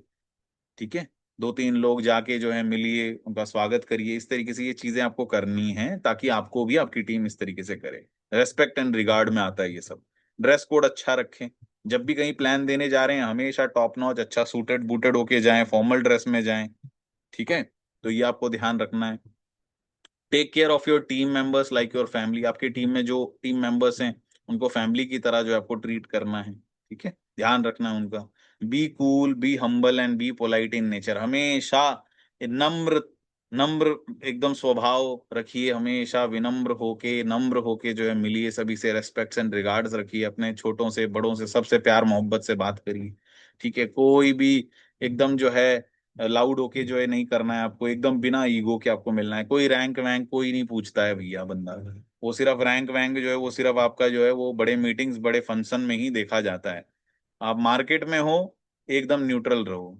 ठीक है, टीम के बीच में वहां रैंक वगैरह चलता है, लेकिन फिर भी बिना रैंक को भूल जाइए। आप जिस दिन ब्रोंज थे, ब्रोंज की हैसियत से हमेशा काम करिए। आप ब्रोंज सिल्वर थे, उसी हैसियत से जिंदगी भर काम करिए, देखना बहुत आगे तक जाएंगे। बहुत आगे तक जाएंगे। अपने आप को ब्रोंज और सिल्वर ही मानिए हमेशा। जिस भी रैंक पे पहुंच जाओ आप हमेशा ब्रोंज और सिल्वर मान के ही लोगों से मिलिए। हाँ, जब आप एसओएस में जाते हैं, किसी फंक्शन में जाते हैं, मीटिंग में जाते हैं, कहीं जाते हैं, ठीक है, वहां पे लोग रेस्पेक्ट रिगार्ड करते हैं आपका, मानते हैं आपको। लेकिन फील्ड में अगर आप हो, टीम के बीच में अगर आप हो, तो बहुत नम्र विनम्र होके आप वहां रैंक भूल जाइए आप। ठीक है, रैंक भूल जाइए, अच्छे से लोगों से मिलिए, बिल्कुल ईगो लेस होके। रैंक का क्या करोगे आप? मार्केट में कोई जानता है डायमंड रैंक क्या होता है, ब्लू डायमंड क्या होता है? कोई नहीं जानता, तो सिर्फ आप लोग जानते हैं। है ना? सिंपल है। तो ये ध्यान रखना है आप लोग, है ना, ईगो में कभी नहीं आना। और ये जो है पर वीक का जो चेक डेटा है, इसको आपको मेंटेन रखना है। जो भी आप ब्रोंज हैं, सिल्वर हैं, अगर आप ब्रोंज हैं तो हर हफ्ते आपका 1000 से 2000 का चेक बनना चाहिए साथियों। ये पर वीक मिनिमम चेक मेंटेन का ये आपका रेशियो है, ये आपका जो है ग्राफ है, इसको हमेशा ध्यान रखना। इससे आपकी प्रोग्रेस आपको पता चल जाएगी कि आप कैसे इंसान हैं, कैसे प्रगति आपको मिलेगी या मिलेगी भी कि नहीं। ब्रॉन्ज अगर आप हैं तो हर वीक में कोशिश करिए 1000 से 2000 का इनकम आपका आना चाहिए। अगर आप सिल्वर हैं तो हर हफ्ते में 2000 से 3000 का अर्निंग आना चाहिए। अगर आप गोल्ड हैं तो हर हफ्ते में 3000 से 4000 की अर्निंग आनी चाहिए। अगर आप प्लेटिनम हैं तो हर हफ्ते में 4000 से 5000 पर वीक की अर्निंग आनी चाहिए। अगर आप एमरल्ड हैं तो 5000 से 6000 की अर्निंग आपकी हर हफ्ते में होनी चाहिए। अगर आप टोपाज हैं तो हर हफ्ते में 10,000 से 15,000 की अर्निंग आपकी आनी चाहिए। अगर आप रूबी स्टार हैं तो हर हफ्ते में 15 से 20 हजार की अर्निंग तो आनी ही चाहिए। अगर आप सफायर हैं तो 20,000 से 25,000 की अर्निंग आपकी होनी चाहिए। अगर इससे कम में अगर आप चल रहे हैं तो जल्दी जल्दी इस रैंक पे आइए, जल्दी जल्दी इस चीज को करिए। आई होप कई लोग ये मेंटेन कर रहे होंगे, लेकिन कई लोग अगर नहीं कर रहे हैं तो प्लीज इसको जल्दी जल्दी मेंटेन करने की कोशिश करिए, नहीं तो बहुत लेट होगा। आप फिर वो 5 साल 6 साल में डायमंड बनोगे, फिर कोई फायदा नहीं है। इन्फ्लेशन भी बढ़ चुका होगा, महंगाई भी बढ़ चुकी होगी, और 5 साल बाद 65 लाख कमा के कोई फायदा नहीं है। तो इस ग्राफ के मुताबिक आप काम करिए, ठीक है। तो लिस्ट बनाइए हमेशा, अपने गोल्स का लिस्ट बनाइए, अपने इनविटेशन के लिस्ट बनाइए, प्लान किस किस को शो करना है उसका लिस्ट बनाइए, फॉलोअप किस किस का बाकी है उसका लिस्ट बनाइए, एफआईएम किस किस का करना है उसका लिस्ट बनाइए, ग्रुप मीटिंग कहाँ कहाँ करने जाना है उसका लिस्ट बनाइए, एक्टिव एंड इनएक्टिव टीम कौन कौन है उसका लिस्ट बनाइए हमेशा। ठीक है, ये सारी चीजें जो है आपको हमेशा करनी है, तभी जो है सक्सेस आपको मिलेगी। ठीक है। तो लास्ट में धन्यवाद, थैंक्स। सो आज जो आपने जो ये ट्रेनिंग आपने सुना ध्यान पूर्वक, इसके लिए बहुत बहुत धन्यवाद। आपने पेशेंसफुली जो है मेरी बातों को पिछले 1.5 घंटे से आपने सुना, इसके लिए तहे दिल से जो है धन्यवाद आप सभी को। आशा करता हूं कि आज का ट्रेनिंग सेशन आपको अच्छा लगा होगा, आपको कुछ वैल्यूबल चीजें पता चली होंगी। साथियों, मैंने जब ये बिजनेस शुरू किया था ना, मुझे बिल्कुल नहीं पता था कि मैं यहाँ तक पहुंचूंगा। कभी जिंदगी में भी नहीं सोचा था कि मैं कभी ब्लू डायमंड बनने वाला होऊंगा, कभी भी नहीं सोचा था। बस 1% विश्वास करके मैं आया था, सिर्फ 1% बिलीव करके। ठीक है। लेकिन ये जो बिजनेस है ना, ये एक नेचुरल बिजनेस है, अपने आप चलता है ये। आप ये बिजनेस नहीं भी करोगे ना, फिर भी आप किसी ना किसी को सलाह मशवरा दोगे कि भाई अपने बच्चों को इस कॉलेज में पढ़ा लो, अपने बच्चों को एविएशन में डलवा लो, अपने बच्चों को ना वहां पढ़वा लो, एयर होस्टेस बन जाएगी वो। आपके बेटे को ना उस कॉलेज में पढ़ा लो, चेन्नई में, बैंगलोर में। आप ना यहाँ से सब्जी मत लो, उस दुकान से सब्जी ले लेना बहन जी। आप ना ये वाला क्रीम यूज मत करना बहन जी। आप ना लैक्मे वाला यूज करना, मैक वाला यूज करना बहन जी, वो बढ़िया है। ये करते फिरेंगे हम लोग, और ये करते आए थे, करते हैं, करते ही रहेंगे हमेशा। अभी वो 9 तारीख को एप्पल 17 लॉन्च होने वाला है, कई ज्ञान देने वाले आएंगे कि भाई एप्पल मत ले, सैमसंग जेड फोल्ड ले ले, बढ़िया है। सैमसंग मत ले, वो गूगल पिक्सल ले ले, उसमें बढ़िया फीचर्स हैं। भाई सैमसंग मत लियो, एप्पल 17 ले ले, ऑरेंज कलर वाला, AWPL के साथ मैच करेगा। समझ रहे हो। तो रिकमेंडेशन का जो काम है ना, वो पैदा होने की पहली सांस से मरने की आखिरी सांस तक चलता रहता है। पर ये इतना अच्छा है हमारा प्लेटफॉर्म कि अब जानबूझ के रिकमेंडेशन करना है और पैसे भी मिलेंगे। वहां तो रिकमेंडेशन का कुछ नहीं मिलता है, कुछ भी नहीं मिलता है। आप में से किसी को कुछ कभी मिला? आप लोगों ने तो कई लोगों को बोला होगा उस कॉलेज में पढ़ा लो, उस ट्यूशन में पढ़ा लो, वहां से सब्जी ले लो, ये फोन ले लो। कभी कुछ मिला? नहीं मिला, मेरे को भी नहीं मिला। मूवीज में अक्सर हम ये करते हैं कि भैया ये वाली मूवी देख लो, ये बहुत अच्छी मूवी है ना। तो साथियों, रिकमेंडेशन का जो काम है वो एक नेचुरल चीज है, नैसर्गिक चीज है, वो करते ही रहते हैं हम लोग, करते ही हैं, करते रहते थे, करते भी रहना है, लेकिन पैसे नहीं मिलते थे। यही काम AWPL में आपको आके करना है, सिंपल है। ठीक है। तो करिए साथियों, और मेरी शुभकामनाएं आप सभी के साथ है। कल है क्लोजिंग, क्लोजिंग में जबरदस्त तरीके से परफॉर्म करिए। और जो है कल लास्ट डे है, मतलब कल जो है पहला वीक है इस मंथ का, क्लोजिंग का। ठीक है। तो अच्छे से आप लोग सेल भेजिए, अच्छे से मेहनत करिए, जहां जहां से जो एसपीज रुक रहे हैं उनको लीजिए, जहां जहां जिसका फॉलोअप रुक रहा है फॉलोअप करिए। कम से कम जो है हर बंदा कोशिश करिए, वही एडब्ल्यूपीएल में अगर आप काम कर रहे हो तो हर हफ्ते कम से कम 1000 का चेक तो बनना ही चाहिए। अगर 1000 का चेक भी नहीं बन रहा है तो यार क्या एडब्ल्यूपीएल कर रहे हैं साहब आप। और जो एमरल्ड एंड अबव है तो कोशिश करिए कम से कम हफ्ते में 3 से 4 हजार 5 हजार पर वीक का आपका चेक होना चाहिए, है ना। तो ये आपको मेंटेन करना है, नहीं तो प्रोग्रेस को कैसे आप कैलकुलेट करोगे। वो काज होच्छे तो होते दाओ, ना होच्छे तो वो भालो, काज यदि হয় तो वो भालो, ना হয় आरो भालो। ऐसे ही हो जाएगा फिर। काम हो रहा है तो भी ठीक, नहीं हो रहा है तो भी ठीक, चेक बना तो भी ठीक, नहीं बना तो भी ठीक। तो यही तो है, लेकिन मापदंड कैसे हम नाप सकते हैं। हर हफ्ते ऋषि सर ने कहा है 1000 का चेक तो बनाना ही है, कुछ भी हो जाए 1000 का चेक तो बनाना ही है। तो 1000 का चेक बनने के लिए क्या करना होगा, 100 एसपी लेफ्ट में देना होगा, 100 एसपी राइट में देना होगा, तभी 1000 का चेक बनेगा। पर इस चीज को जो है आपको करना पड़ेगा एकदम, बाय हुक बाय क्रुक कैसे भी करके आपको करना पड़ेगा, तब जाके ये चीजें होंगी। लेकिन सच्चे तरीके से, अच्छे तरीके से, ईमानदारी से, पेशेंट को हेल्प करते हुए, सेवा भाव की दृष्टि से सबको हेल्प करना होगा, तब जाके चीजों को आप अचीव कर पाएंगे। और जो एमरल्ड एंड अबव रैंक के लीडर्स हैं, कोशिश करिए 4 से 5 हजार रुपए पर वीक आप जो है अपना चेक मेंटेन करें। तो कल है वेडनेसडे, कल रात को 10 बजे के बाद यानी 9 साढ़े 9 बजे के बाद साइट हो जाएगी बंद, अगले दिन सुबह तक। तो कल है क्लोजिंग, ठीक है। तो क्लोजिंग जो है रात 9 साढ़े 9 बजे तक होगी, अगर आप लकी होंगे तो 10 बजे तक भी हो सकता है। तो क्लोजिंग अच्छे से करें, कोशिश करें दिन में ही सारा एसपी निपटा दें, ठीक है। और बाकी जो है कुछ प्रोडक्ट्स पेंडिंग में अंडमान के लिए, वो नेक्स्ट 15 से 20 दिन में आई थिंक आई होप आ जाएंगे। तो बहुत जल्दी लिस्ट आप लोगों को दे दिया जाएगा। तो कई सारे प्रोडक्ट्स हैं स्निस के जो अभी तक नहीं आ पाए हैं, जैसे आपका आंवला तेल हो गया, देन आलमंड्स ऑयल हो गया, वो भी नहीं है। और कई सारे फेस सीरम, कई सारे हेयर सीरम है, तो वो सब नहीं है। तो वो सारी चीजें आपको मिल जाएंगी जल्द से जल्द, ठीक है। जो जो चीजें ऑफिस में है उसका एक लिस्ट मैंने दिया था, उस हिसाब से आप लोग ऑर्डर करिए। और जो लिस्ट स्टॉक आउट हो गई है वो भी देख के ध्यान से ऑर्डर करिए, नहीं तो पेशेंट का प्रेशर आप लोगों के ऊपर आएगा। एक जाते जाते छोटा सा रिक्वेस्ट करूंगा, अगर आप डिगलीपुर से हैं, अगर आप इंटर आइलैंड से हैं, अगर आप कहीं से भी हैं, चाहे गुप्तापाड़ा से हैं, शादीपुर से हैं, या तुशनाबाद से हैं, या आप तिरूर से हैं, मंजेरी से हैं, आप अंडमान में किसी भी कोने से हैं, आप हमेशा अपने पेशेंट को यही बोलिए, अगर आप पोर्ट ब्लेयर में हो तो पेशेंट को हमेशा बोलिए कि सर 2 से 3 दिन के अंदर अंदर मैं आपको प्रोडक्ट दिलवा दूंगा। किसी को मिस कमिटमेंट मत करिए, फेक कमिटमेंट मत करिए। और अगर आप इंटर आइलैंड से हो तो ऐसे बरसात के समय में तो बिल्कुल मत बोलिए कि सर आज ऑर्डर कर दो कल ही मैं दिलवा देता हूँ, क्योंकि कब कहाँ कौन सी बस अटकेगी लटकेगी किसी को नहीं पता। तो फेक कमिटमेंट और फॉल्स होप किसी को मत दीजिए। 7 से 8 दिन का टैट देके रखिए, टर्न अराउंड टाइम देके रखिए सभी को, सभी पेशेंट को, सभी बंदों को, कि सर 6 से 7 दिन 8 दिन लगते हैं प्रोडक्ट आने में, बोल के रखिए। आप अगर पोर्ट ब्लेयर में भी हो बोल के रखिए 3 से 4 दिन में दिलाता हूँ, जल्दी लेके जाके दे दो। वो बंदा भी सोचेगा अरे 4 दिन बोला था सर ने, सर ने आज ही दे दिया, ये तो बहुत अच्छी बात है, ये तो बहुत खुशी की बात है, उसको भी अच्छा लगेगा।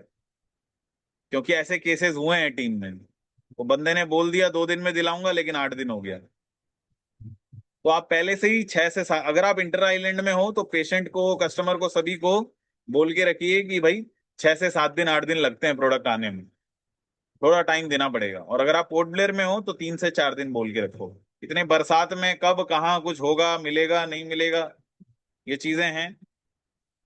और आप सबसे अभी से ही रिक्वेस्ट करना चाहूंगा कि हमारे जो प्रोडक्ट्स हैं आई होप अगले हफ्ते तक आ जाएंगे। तो वो प्रोडक्ट जब भी आएगा तो ऑफिस जो है वो 2 दिन के लिए जो है शटर डाउन रहेगा।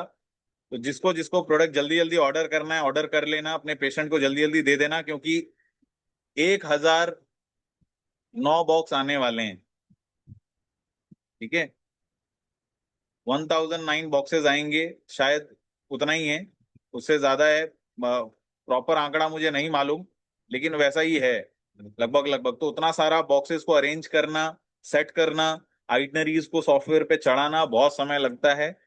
तो और उसको सेट करना भी बहुत समय लगता है। And thanks a lot to Sudesh sir, Sumit sir, Manojit sir and Animesh sir के कुछ टीममेट्स और बाकी टीममेट्स, थैंक्स अलॉट। आप सभी को सल्यूट है बॉस, कि आप लोग जो है हमारे ऑफिस स्टाफ नायडू सर की आप लोग हेल्प कर देते हैं इस चीजों में, ठीक है। एंड अपना समझ के, अपना ऑफिस समझ के आप लोग हमेशा वर्क करते हैं। Thanks a lot to all of you, जो जो ऑफिस में सपोर्ट करते हैं, हेल्प करते हैं, specially Sudesh sir, Sumit sir, Naidu sir, अपने हमारे RC Naidu sir, Manojit sir, और भी कई लोग, सबका नाम लेना तो संभव नहीं है, सॉरी। तो आप लोग जो है हमेशा हेल्प कर देते हैं, इस बार भी आप लोग थोड़ा सा देख लेना ठीक है। और लेकिन ऑफिस जो है 2 दिन के लिए बंद रहेगा। जिस भी हफ्ते में वो प्रोडक्ट आएगा उसके 3 दिन 4 दिन पहले हम बता देंगे। So plan accordingly, trained your team and tell your team accordingly, so that वो लोग सही समय पे प्रोडक्ट खरीद के सही समय पे ले लें, और फिर उसके बाद 2 दिन जो है ऑफिस बंद रहेगा। तो उस हिसाब से ही करना है, और हम लोग देखते हैं उस हिसाब से हम लोग सेटअप करते हैं, क्योंकि समय लगता है इन सब चीजों को, प्रोडक्ट को सेट करने में समय लगता है, प्रोडक्ट को साइट पे चढ़ाने के लिए भी समय लगता है, तो उसके लिए 2 दिन लगेंगे। तो specially Manojit sir and Sumit sir, आप दोनों को मैं जिम्मेदारी देता हूँ। और कोई है सीनियर लीडर? फिलहाल नहीं है, okay. Shefali ma'am, Shefali ma'am from टूगापुर। सुमंतो दास सर, आप जरा ये मैसेज हमारे अमर सर और शुभ्रा मैम तक पहुंचा दीजिएगा।